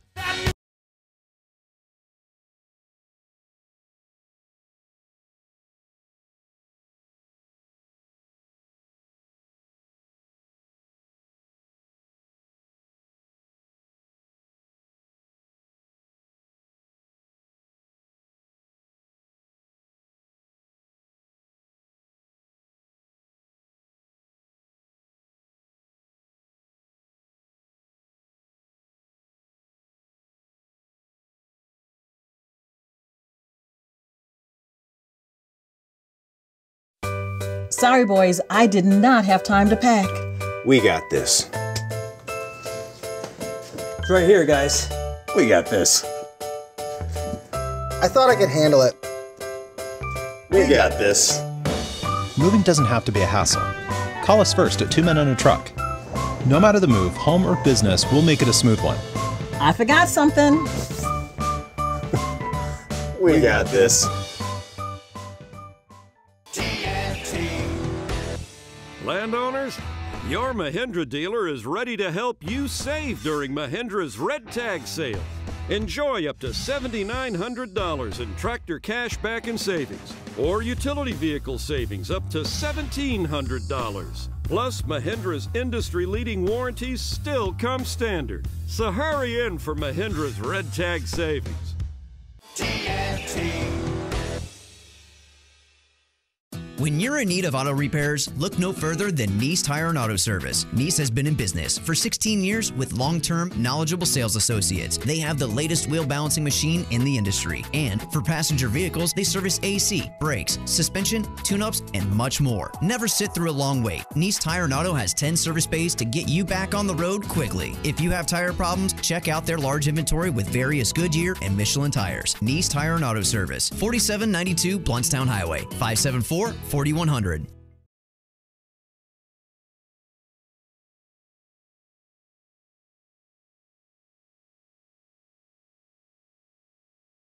Valuable time when you sign up not doing laundry with Easy Laundry service from Wash Around the Clock. Whether it's dry cleaning or just plain laundry, Wash Around the Clock's Easy Laundry service will pick up and deliver at your home or office. So sign up for free today at easylaundry.net, or you can give them a call, 850-597-9007. Again, sign up today at easylaundry.net. Oh, and by the way, I got you. Use promo code JCS20 and save 20%. That's promo code JCS20. You're saving 20% on your first order. That's easylaundry.net from Wash Around the Clock. Driving every day from the AmeriGas studios in the capital city of Tallahassee, this is 97.9 ESPN Radio, WTSM, Woodville, Thomasville, Tallahassee. ESPN Radio Sports Center. I'm Doug Brown. Serena Williams now has a 20-match win streak at Wimbledon. She wins her semifinal today in straight sets over Yulia Gergis and advances to her 10th Wimbledon final against Angelique Kerber, a straight set winner against Yelena Ostapenko. Even though Williams has won this title 7 times, she was not assuming she'd get another chance. No, this is not inevitable for me. I had a really tough pregnant delivery, and I had to have multiple surgeries and almost didn't make it, to be honest. And so I remember I couldn't even walk to my mailbox. So it's definitely not normal for me to be in a Wimbledon final. So I'm taking everything as it is and just enjoying every moment. Williams took 14 months away from the court to have a baby. If she wins Saturday, she'll get her 24th Grand Slam title, tying Margaret Court's all-time record. Tomorrow in the men's semifinals, Nadal against Djokovic and American John Isner against Kevin Anderson. Our coverage starts at 7 a.m. Eastern on ESPN. Red Sox second baseman Dustin Pedroia doubts he'll be able to play again this season. He's recovering from major reconstructive left knee surgery last October. Pedroia has played in just 3 games this year. Boston puts third baseman Rafael Devers on the DL today with inflammation in his left shoulder. The Marlins have the worst record in the National League. Last night they set a new attendance low at Marlins Park, less than 5,300 for a game against the Brewers. Stage 6 of the Tour de France today won by Dan Martin. Greg Van Avermaet is still the overall leader. American TJ Van Garderen now 5 seconds back in third place. Broadcasting live from the AmeriGas Propane Studios in the capital city of Tallahassee, this is the Jeff Cameron Show, brought to you by Cornerstone Tool and Fastener on 97.9 ESPN Radio.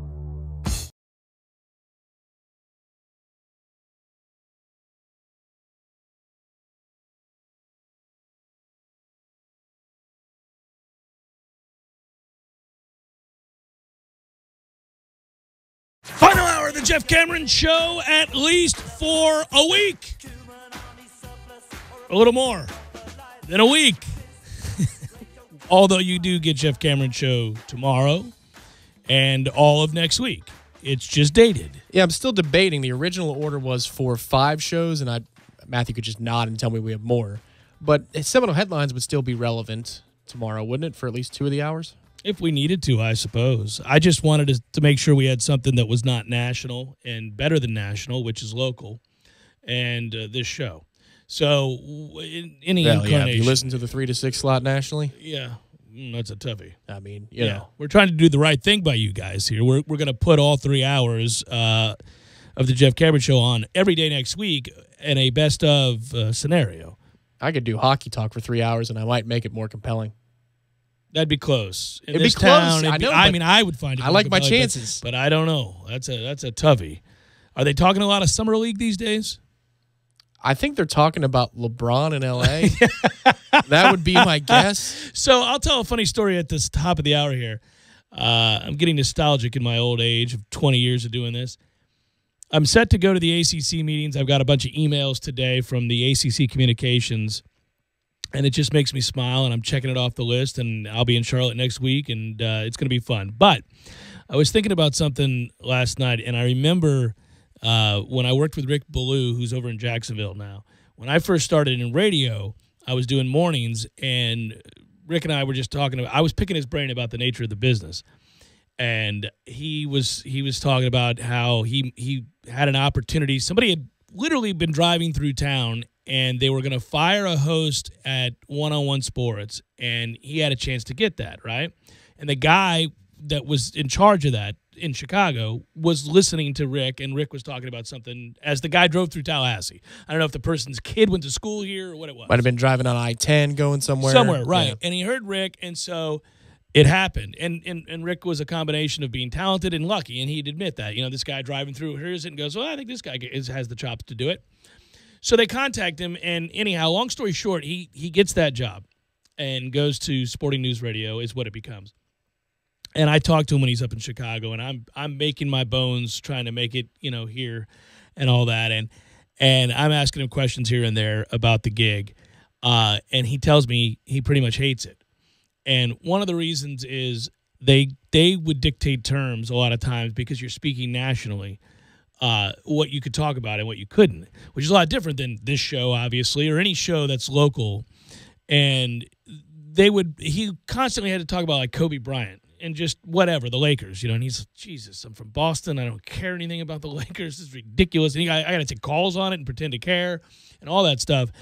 And, you know, there were moments where he would think about just crying with the idea of doing 3 or 4 hours of NBA Kobe Bryant talk, and you got to sell it and make it sound like you're interested. You got to pretend it's compelling. Woo. I mean, and that's what I think about right now when I hear the national shows talking about LeBron in LA on July the 12th. Man, there got to be people there who love their paycheck, no doubt, but are thinking, what do you want? Seriously? The season is over. It's been announced that I dissected this every which way to Sunday.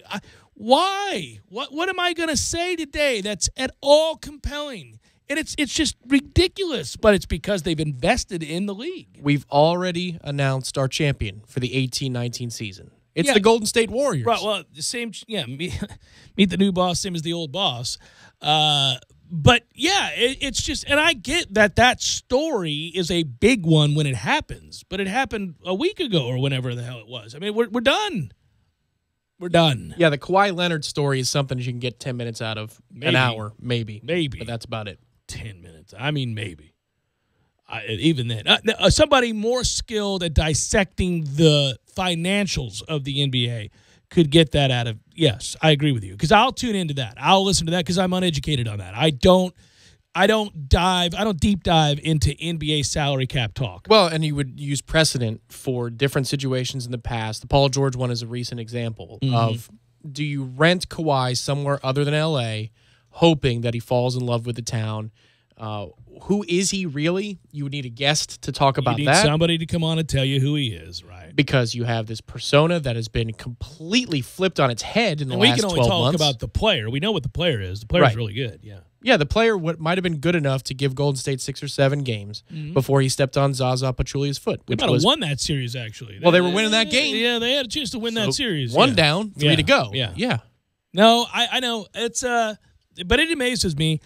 And, you know, the other side of the coin, though, admittedly, is that if you do that, if you're national and you get used to being national, it's hard to imagine being somewhere like here and talking about Florida State every day or talking about college football predominantly. You know, there are people who love Major League Baseball more than they could ever fathom talking about regionalized college football. You know, I get it. Everybody's got their own thing. And I have thoroughly enjoyed switching gears doing the national shows for Sirius because I literally have to switch gears. That is the first. Somebody asked me the other day. I know this is really self-aggrandizing, and I don't mean it to be. It's just a fun conversation about talking sports with people, and that's what we do. And at the end of the day, that's what we do is entertainment.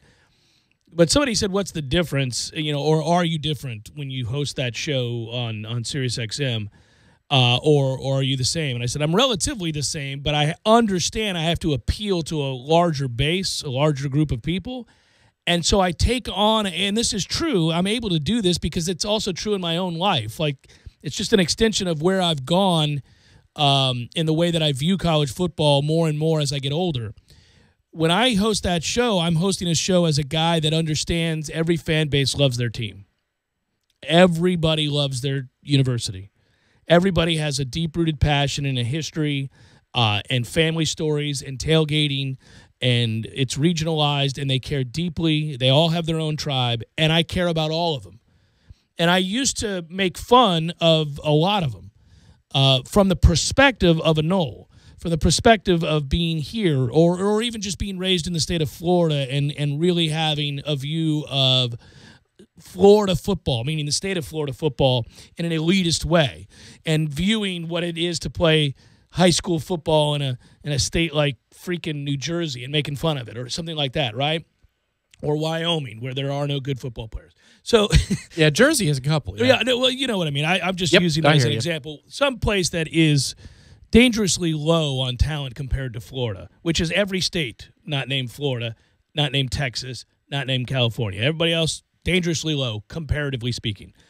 And so, but I don't do that anymore because I do realize that the passion we have for this school at Florida State, it can't, like the greater moments in its history are usually documented by huge wins or profound disappointments against other great football powers and traditions. They have to exist. Nebraska had to be beaten in 1993 and go on and dominate the 90s in college football for us to compare and contrast the relative greatness of that team and what they subsequently became, winning another title in 99. Yeah, in 2013, Auburn was the more interesting football team. Right. Like if you have a yearbook, Auburn might be on the cover with a kick six or something like that versus us holding the trophy because we just beat everybody into submission. Until that game. And they had, you know, how many magic acts? The Georgia game had miracles, right? Yeah. No, and there's a greater appreciation of that now because of time. That's all that is. That's just going to a lot of games with friends and family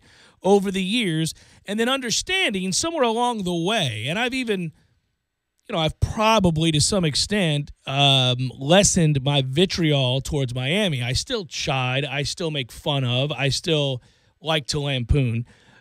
But I legitimately, in the mid-'90s, I think I held a place in my heart of hatred for Miami, like profound hatred, the kind that can hurt you as a human being. Right, and it was 365 days long.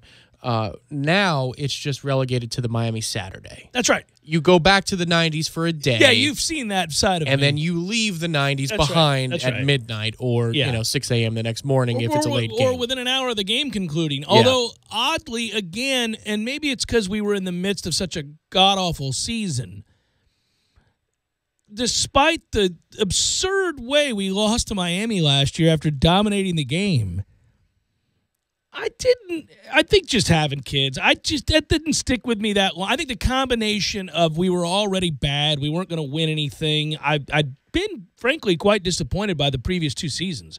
I don't know that I've talked about that enough. I lost 2 years ago. Well, I was already angry at back-to-back 3-loss seasons. I don't think – listen, that's something I put stock in, by the way.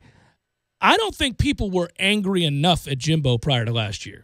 I believe that. I was not pleased with the direction of the program, and I didn't like excusing away 6 losses in 2 years. It pissed me off because what I kept doing, I kept going back to this, and I was trying to be reasonable. But what I kept saying was, man, if you remove, and you can't, so it counts, but if you remove the 29-game win streak, you got a whole lot of average-ass football going on around these parts. Right, with Neo, the quarterback. The difference was that the dynamics at play. Relative to Florida State, by the way. You couldn't bring that to the surface necessarily because the schedule last year and the way it started with Alabama was, well, listen, we could be right back in the limelight after one Saturday night in Atlanta, Georgia. But I was harboring a lot of ill will towards the group at that moment. But the dynamics, again, you lose your quarterback, and now you have to put the sword down for a moment because what the hell? You just lost your quarterback. Right. But then it got so bad that it didn't matter that you lost your quarterback. Then you could say under any circumstance. He stopped recruiting. Well, and also under any circumstance that you would get beat 35-3 by Boston College. DeAndre Francois getting hurt does not mean you stop recruiting. Does not mean you get it to a point where your team quits on a Friday night at Boston College. Well, and they also lost games in absurd fashion where the quarterback played well. I mean, they were really close games when the quarterback was playing well. I mean, he couldn't get out of his own way. Jimbo was just doing a lot of things wrong. But this isn't meant to be that. What I'm saying, I harbored a lot of that frustration because I was beginning to second guess. See, I'll tell you what's interesting. And when I do that show, going back to the national perspective, when I talk about the SEC, you can't talk about the SEC without talking about 6 new coaches, and you can't talk about the SEC without talking about Jimbo Fisher, the most high profile of all the new coaches in that league, in that division, and what his prospects are, because that fan base is all at once passionate. They're all in, and they feel the same sort of uptick in enthusiasm there that we do here. The difference is they know nothing about the guy here, and I know everything about the guy that's in their backyard.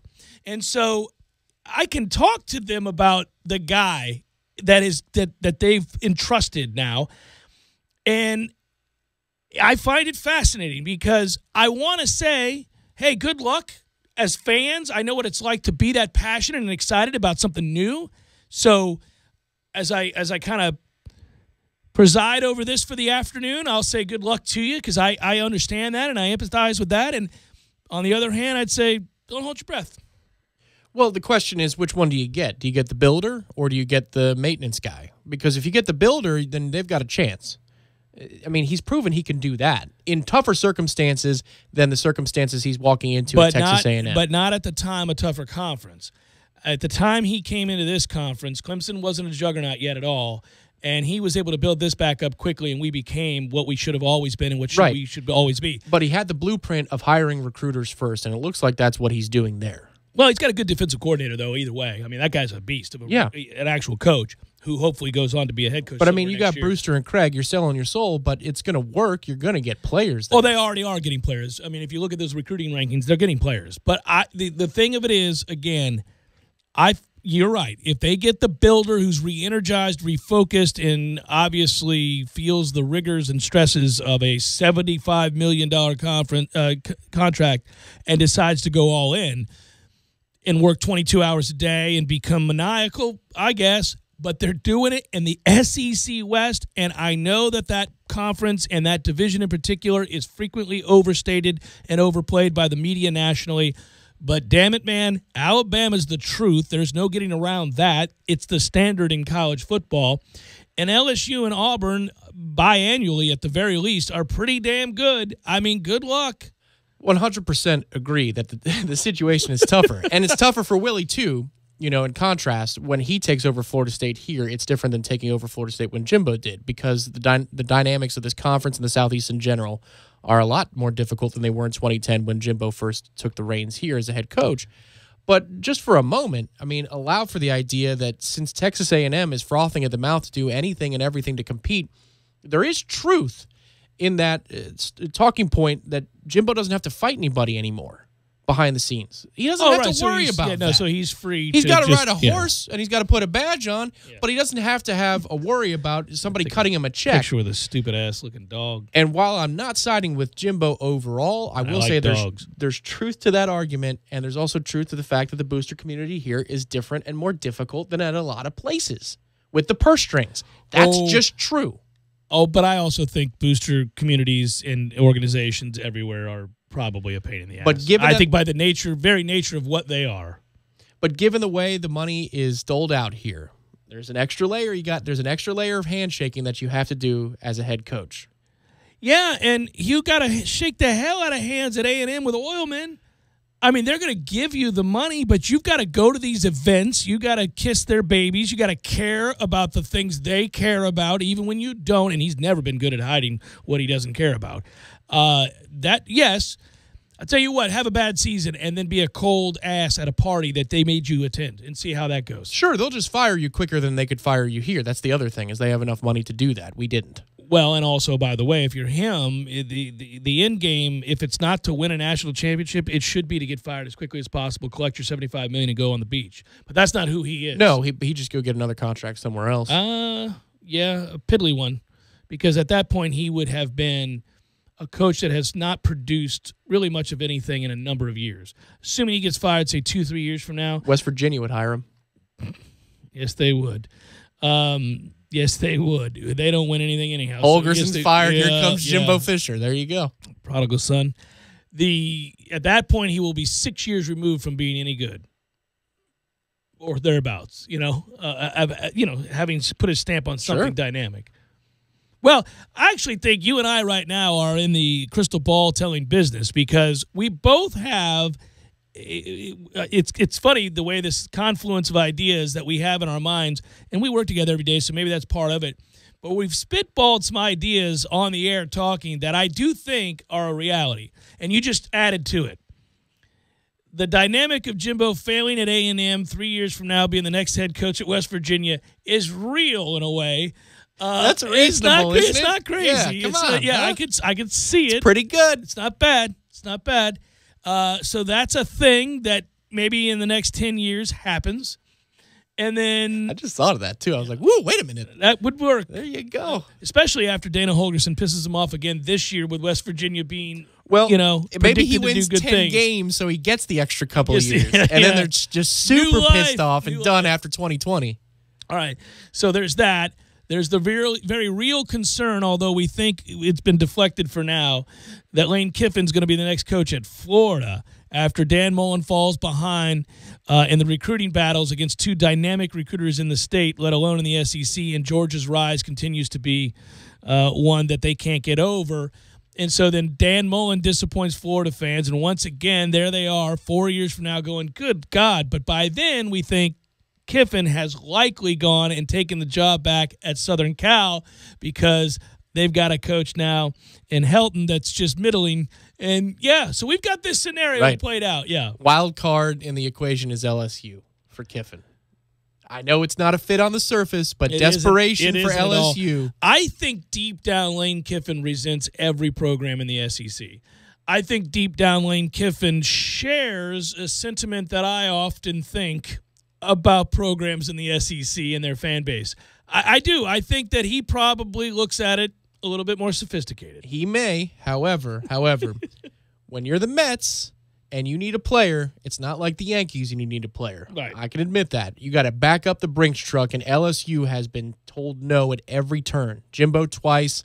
Now they got Coach O here. They're going to be so pissed for the free agent market coming up in a year or two that they will back up the Brinks truck just like Texas A&M did to go get a name. By the way, think about that for a second. Now, there's an LSU, we got to go to break, but there's an LSU fan listening to this who takes great offense to the way we characterize them, but that's okay. You and I are free to disagree, not you and me, but me and this LSU fan that's listening right now.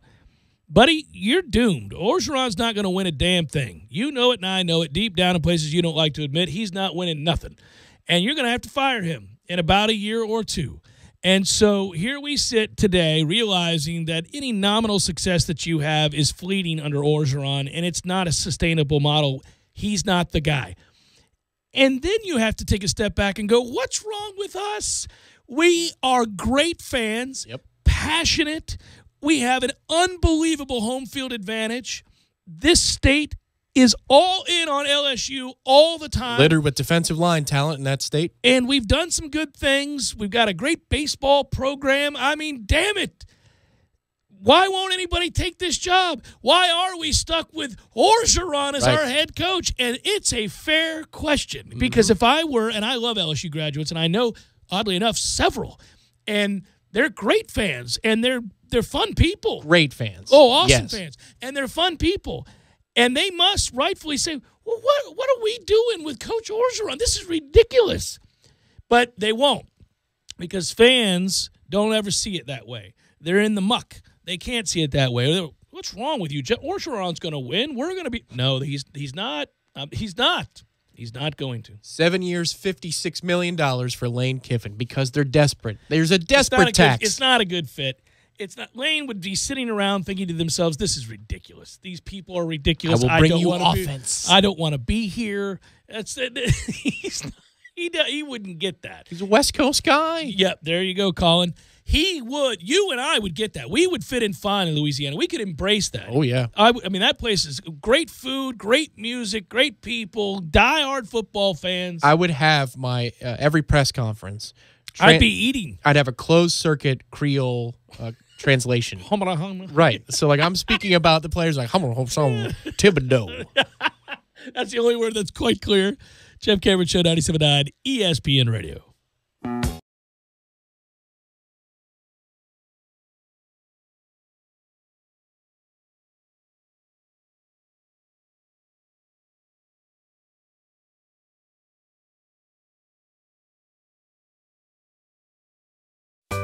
Sorry, boys, I did not have time to pack.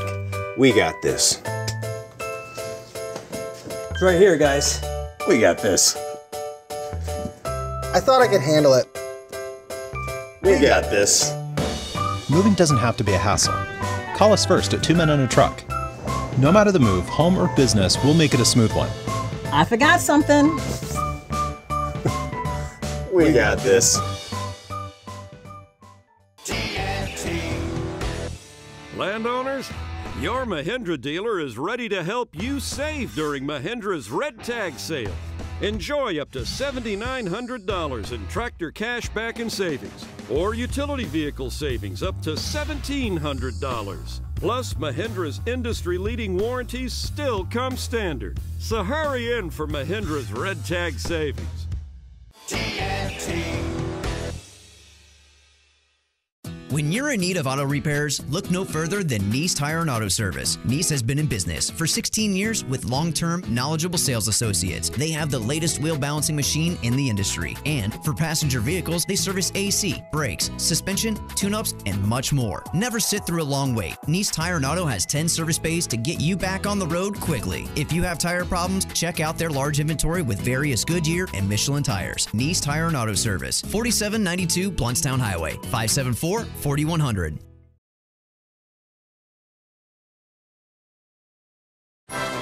Parker Brothers Roofing, professional every time. Stay safe and dry inside.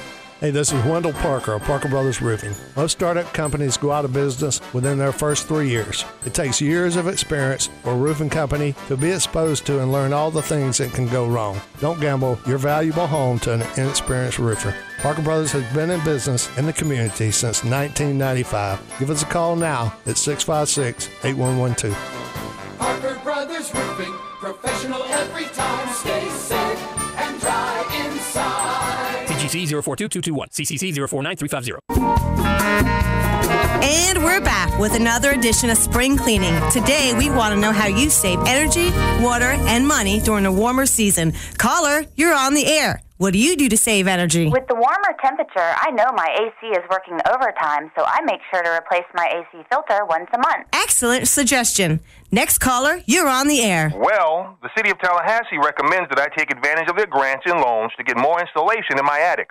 That's really going to keep my cooling costs down. These are some great suggestions. There are lots of ways to save. Caller, you're on the air. I reduce energy for water heating by lowering my water heater temperature and installing low-flow shower heads. We have time for one more caller. What do you have for us? I make sure to use my programmable thermostat to regulate the temperature in my home when I'm away. Thank you, caller. That's all the time we have today. The City of Tallahassee Utilities would like to help you save as much energy as you can and save money while you're at it. Visit talgov.com for more information and start saving energy today.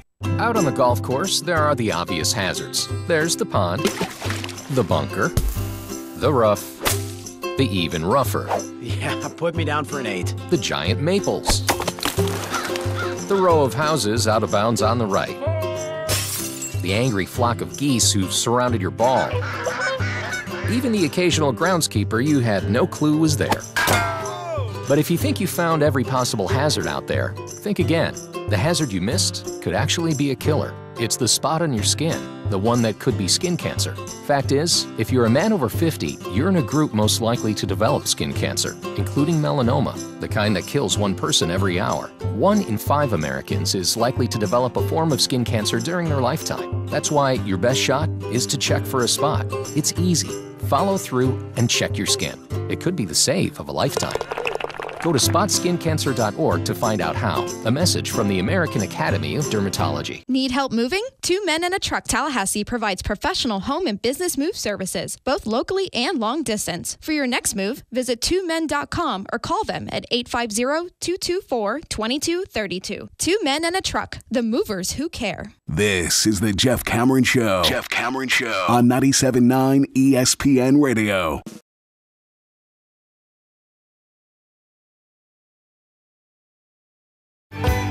So it is that I've been sleeping on a My Pillow for several months now. You can too. Very, very comfortable. Enjoy it immensely. You will too. Give them a call today, 800-944-6596. You can also go to mypillow.com and use the promo code 979ESPN. Here's the deal.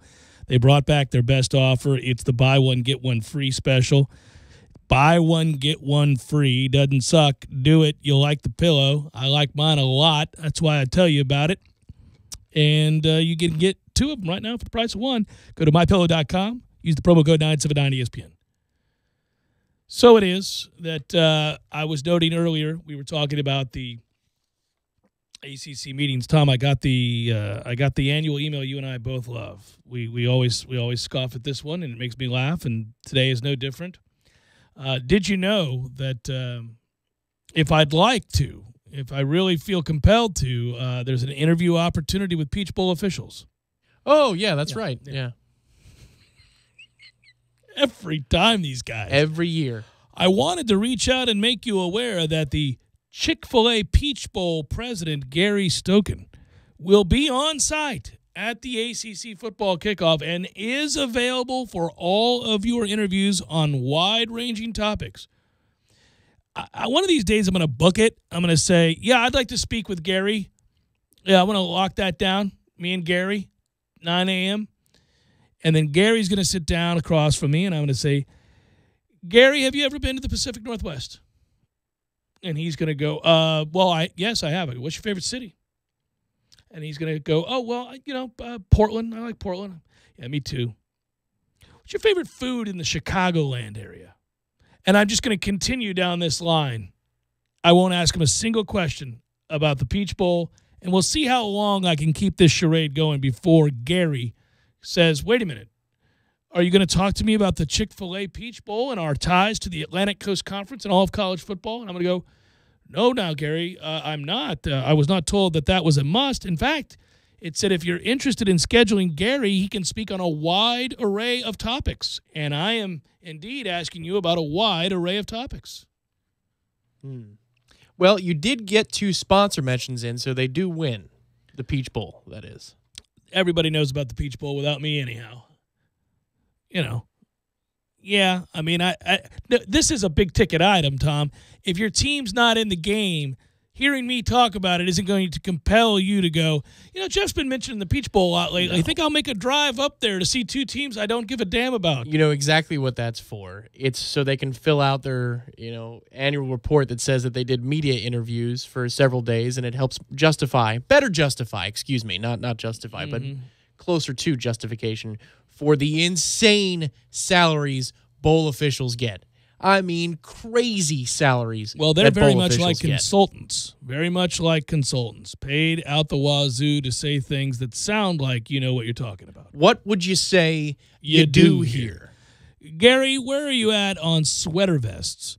What about for men over the age of 35? Works, right? Anything younger? Maybe not. Got to be broad-chested to pull it off. I'll say that, of any age. Okay. You like sweater vests, do you, Gary? So you negotiate a deal with a city and a stadium. Then you negotiate a couple of deals with the conferences. These are all reasonable things that need to be done. Absolutely. Mm-hmm. Then you have a charity that you're involved with, so I'm sure there's golf tournaments and other functions. Doesn't suck. And being that you're in Atlanta, you probably do a lot of work with the College Football Hall of Fame. Which, by the way, is cool. Correct. Beyond that, I mean, once you get those contracts signed, I don't know what maintenance needs to be done throughout the year. But hey, you know what? He can make it to Charlotte, and he will go to the big games throughout the season to shake hands in press boxes near you. Yeah, I, by the way, think that's a good gig if you can get it. And I would lobby here soon in the next 5 to 7 years to step away from the mic and become some sort of representative for a bowl and traverse the land, promoting all the goodness that is whatever bowl that I'm representing. Well, I think the Florida State-Clemson game would be a wonderful opportunity for me to sit in the president's box after going to the press box for riffraff time for a half an hour. Right. And to just extend the hand of the Peach Bowl. To all the other hands. Yes. There it is. There it is, yeah. I'd like to do that. I think it's a good gig. I actually know somebody who did work for the Orange Bowl committee and then parlayed that into a job with Nick Saban at Alabama. Good times. So what did he do? I don't know. I never asked him. It's like, did he put on the basketball tournament? Did he call the schools for those 2 basketball games that 12 people go to, including the Britons? I don't know. He glad-handed enough to get to know people that could get him a job at Alabama. It's a good deal. So I was laughing because this is a topic we brought up last week, and I'm all things college football on the mind right now. I was reading Andy Staples' question mailbag, if you will, and somebody asked a question we were specifically talking about and answering a week ago already. So apparently other people are thinking about old Lane Kiffin, the aforementioned Lane Kiffin, who we just talked about last segment as well. Is it far-fetched to believe he would return to Boca for a 3rd year to remain the head coach at Florida Atlantic? Just looking at the Power 5 landscape, the schools that could potentially be in the market don't have the prestige Lane typically seeks.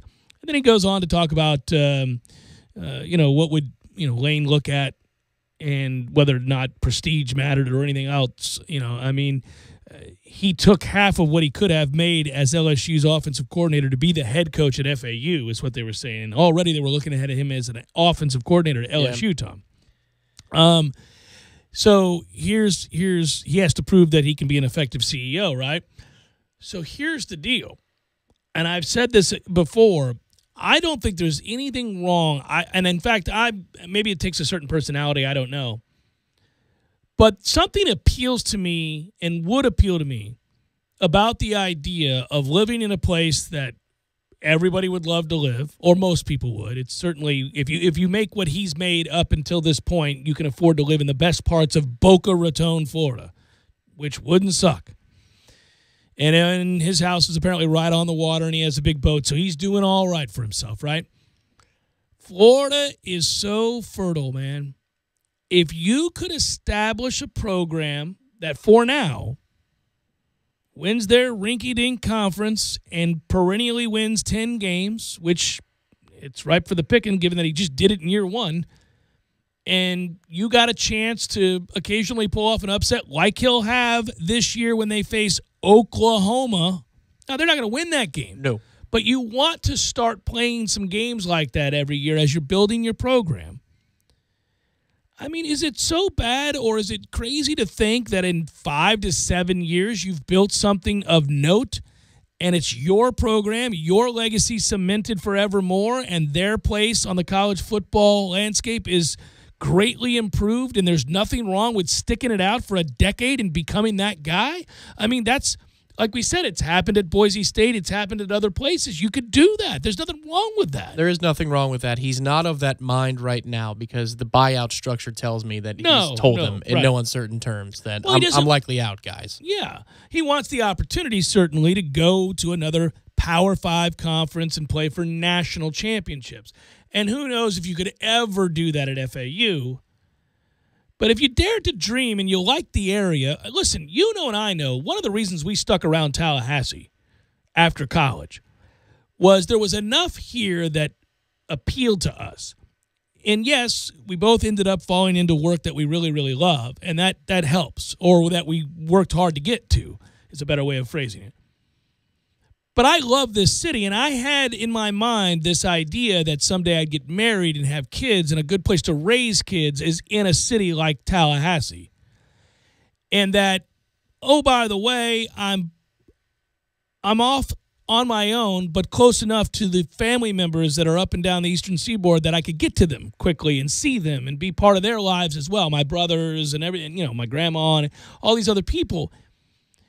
Being happy where you live is a big damn deal. Putting a price tag on that is difficult. You know, it's a big. I've turned down a job in Dallas. I turned down a job in Atlanta. I don't say that to brag. I'm saying I just did. Lots of people do. That's no big deal. Because if you're happy and you're getting paid decently and that other place isn't dangling a carrot that's just too good to be true and you can't help but take it, then, you know, I wouldn't be in such a hurry if I were him to leave Boca.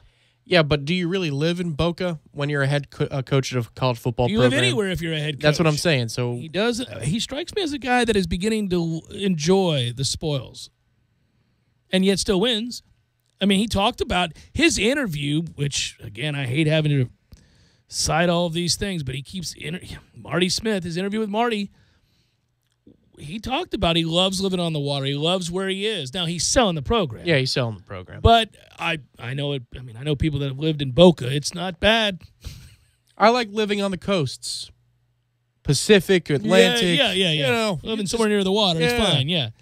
No, listen, if Southern Boca, L.A., hey. Believe me, I get it. If Los Angeles calls, if Southern Cal calls you back and says, all right, we believe you've matured, let's try this again. Well, then, okay, you're rolling on Big River. I got you. Here's a question I'd ask. How long would it take for FAU to be built to a place where a Power 5 conference would look at them? And then, secondly, if it's decades, is football still football? Football's still football, right. No, seriously. I mean, you know, let's just say that it would take 15 to 20 years. So he's an older man, but now he's one of the beloved old figures in college football. These things happen. And he's finally arrived. Is football even something that's on the national mind at that point? Is it something that we care about the way we do in millions of ratings numbers right now? I don't know. But you can go get Power 5 national titles right now. It's just, it seems so hard to break into a conference. What would pick up FAU if he built it into something? And would they pick up Boca before they pick up, you know, Orlando or Tampa for UCF or USF? No, you're right about that. You're right about that. I think the long-term play there is difficult to convince yourself of, but 5 to 7 years ago, if he was there 5 to 7 years ago, might have worked. Well, Miami was in disarray. The throes of hell. So they could have built something to at least take over the town. And at that point, if you have Miami's interest over the Canes, then you might have a play. That'd be really hard to do, though. But it's too late now. The problem is, though, unless the situation at Southern Cal really deteriorates in a hurry, and it might, and who knows, I don't know what his relationship is like with Southern Cal anymore, given the way he left. But the jobs that are about to come available, North Carolina, Larry Fedora, maybe. Okay. I'm going to give you the jobs. Cliff Kingsbury's going to get fired at Texas Tech. He's 30 and 33. Hard pass, though, if you're Lane, right? Yeah, hard pass, without question. Lovie Smith will be fired at the end of this year at Illinois. Hard pass. I feel like Bowden should take that. Bobby. David Beatty's the head coach at Kansas. He's won 3 games in 3 years. See, that's Jeff Long's new gig. I know. I wonder what that's about. Must have been a big payday. Well, he's going to fire. Well, he's going to fire David Beatty. Yeah. So, Kansas. So my point would be this: your jobs for Lane Kiffin in the next few years: North Carolina, Texas Tech, Illinois, Kansas, USC or LSU. Those are the 2 big players right now. Yeah, you got to sit around and wait for a couple of years. Preeminent. I don't know that LSU will wait around one more. Let's say A&M finishes above them in the division. They finish 4th in the West. They're firing his ass this year. They should have never hired him. I agree. Bill Schneider at Kansas State will either die this year or retire. Last picture I saw, he looked like death. So who was gunning for that though? Was it Levitt? Somebody was gunning for that job. Levitt wants that job. But that's a Snyder family struggle. Like, he wants the line of succession he wants his guaranteed son and all that before other he stuff. leaves. Yeah, well, he may leave the earth, so he may not have a choice. Cold dead hands, but it may be cold dead hands. We're frying away that. Here we go. LSU could finish 5th if Jimbo has a decent season. They could finish 5th in the West because Mississippi State's out there and playing well. Well, then that's your angle. I'm hanging on for that LSU job. Yeah, fair enough. Jeff Cameron Show, 97.9 ESPN Radio.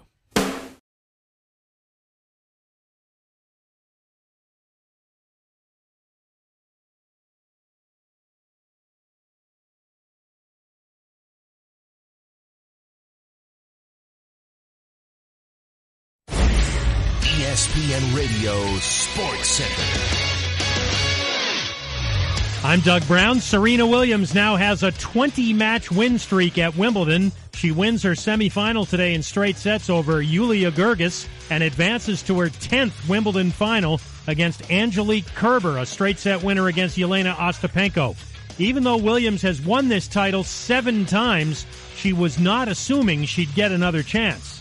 No, this is not inevitable for me. I had a really tough pregnant delivery, and I had to have multiple surgeries and almost didn't make it, to be honest. And so I remember I couldn't even walk to my mailbox. So it's definitely not normal for me to be in a Wimbledon final. So I'm taking everything as it is and just enjoying every moment. Williams took 14 months away from the court to have a baby. If she wins Saturday, she'll get her 24th Grand Slam title, tying Margaret Court's all-time record. Tomorrow in the men's semifinals, Nadal against Djokovic and American John Isner against Kevin Anderson. Our coverage starts at 7 a.m. Eastern on ESPN. Red Sox second baseman Dustin Pedroia doubts he'll be able to play again this season. He's recovering from major reconstructive left knee surgery last October. Pedroia has played in just 3 games this year. Boston puts third baseman Rafael Devers on the DL today with inflammation in his left shoulder. The Marlins have the worst record in the National League. Last night they set a new attendance low at Marlins Park, less than 5,300 for a game against the Brewers. Stage 6 of the Tour de France today won by Dan Martin. Greg Van Avermaet is still the overall leader. American TJ Van Garderen now 5 seconds back in third place.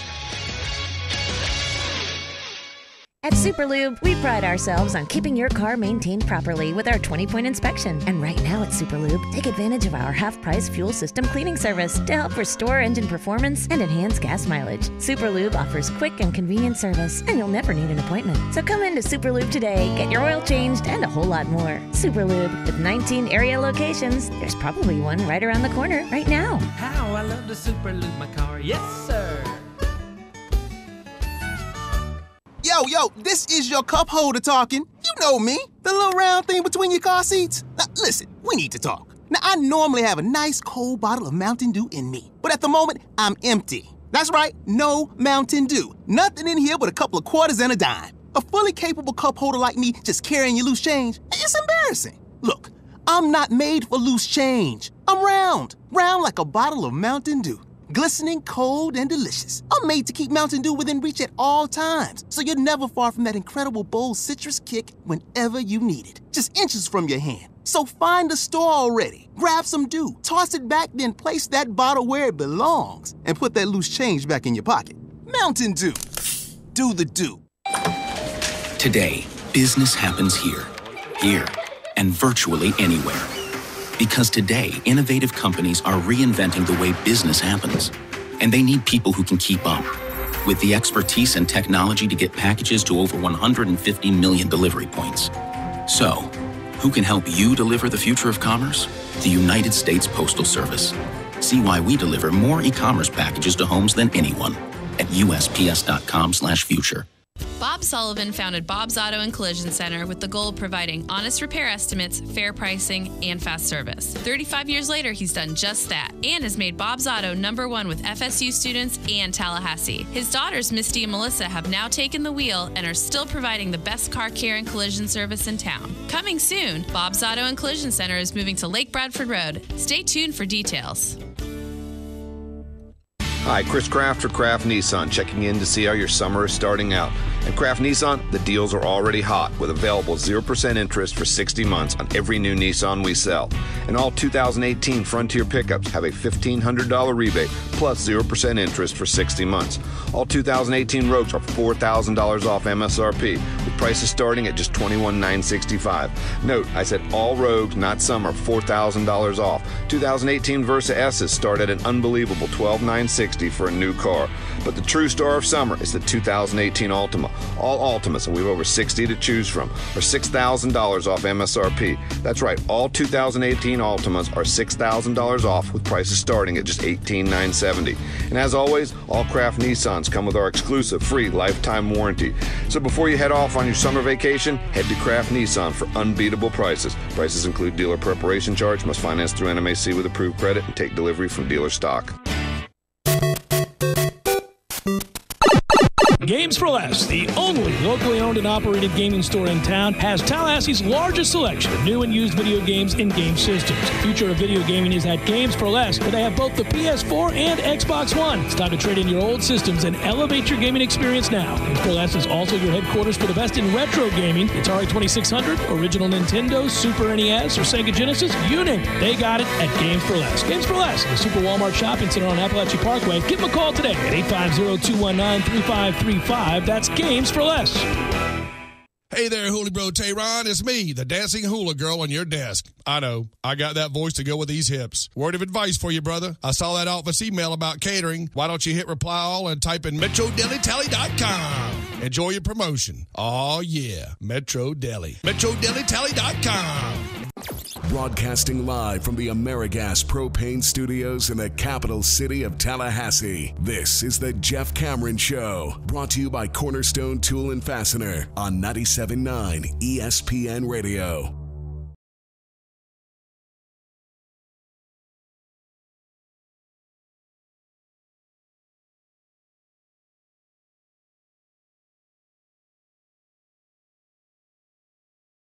Gang, as much as it pains me, we will be leaving. You don't think that sounded... No, I don't think that pains you at all. Gonna take a week off, kinda. Gonna be in D.C. and also Charlotte. Charlotte will be work, D.C. will be play, and Charlottesville as well. I'll say hi to the fine folks at Tom. Here comes Virginia. I was flat. I was a little flat. Caught you off guard. It's all right. We rallied strong towards the end. Yeah, the middle was pretty solid, too. Yeah, I think so. Just the beginning, I was a little low. Good cadence. Yeah, we're all right.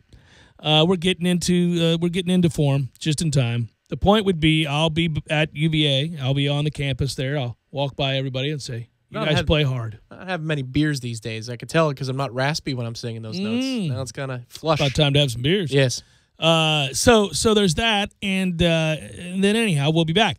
All throughout the week, young Matthew has prepared wonderful delights. You get the best of Monday through Friday. You may get best of something tomorrow. I don't know. But then we'll be back. And it's go time, baby. Then it's go time because practice will be nigh. It will be nearly upon us. In fact, let's see. I do interviews on Wednesday and Thursday. Then 10 days from that day is when it begins. So we don't come back till that Sunday. Then it's roughly that time, right? They haven't announced it yet officially. Right. I mean, sir. Yeah.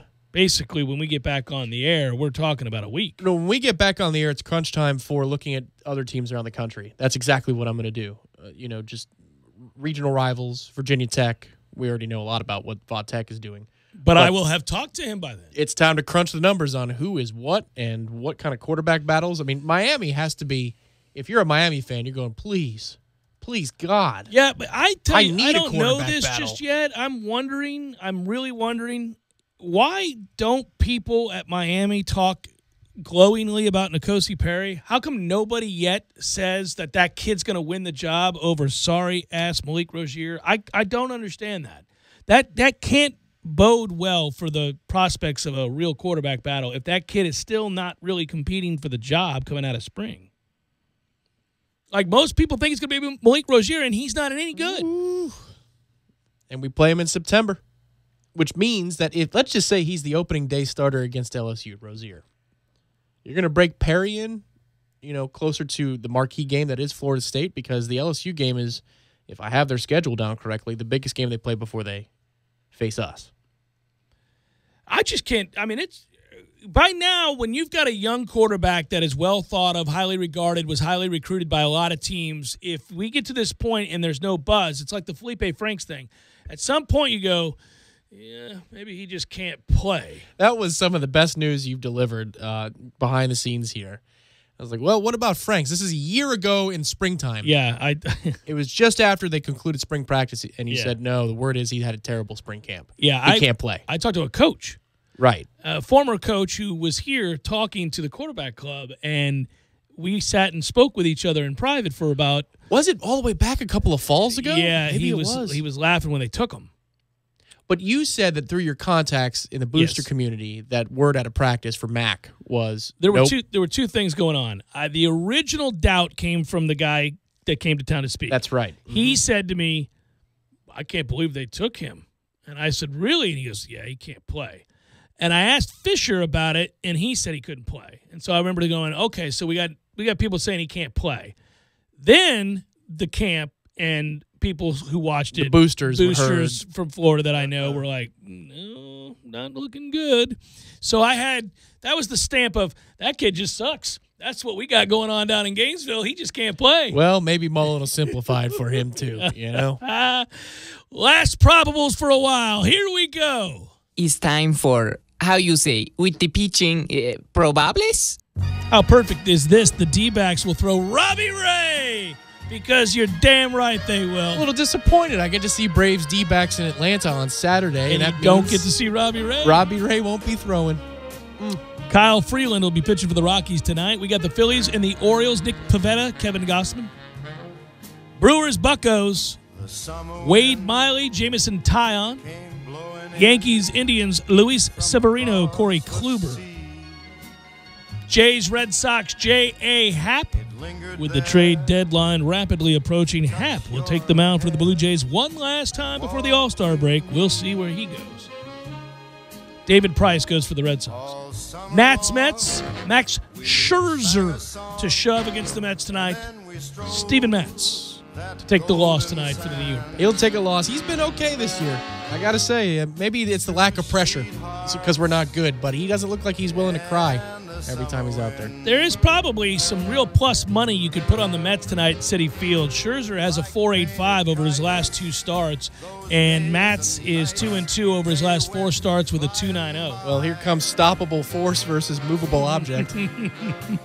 Rays, Twins, Blake Snell, Kyle Gibson, Mariners, Angels, James Paxton, Tyler Skaggs. We've got Dodgers, Padres, Ross Stripling, Tyson Ross. And that's a look at those that shall reside on the bump. I love all of you. Great job, Tom. Great job, Matthew. Be well. Be good to each other. Be kind. And I'll talk to you in just over a week. Hugs and kisses, friends. Cheerio. Have fun over there, buddy. I lost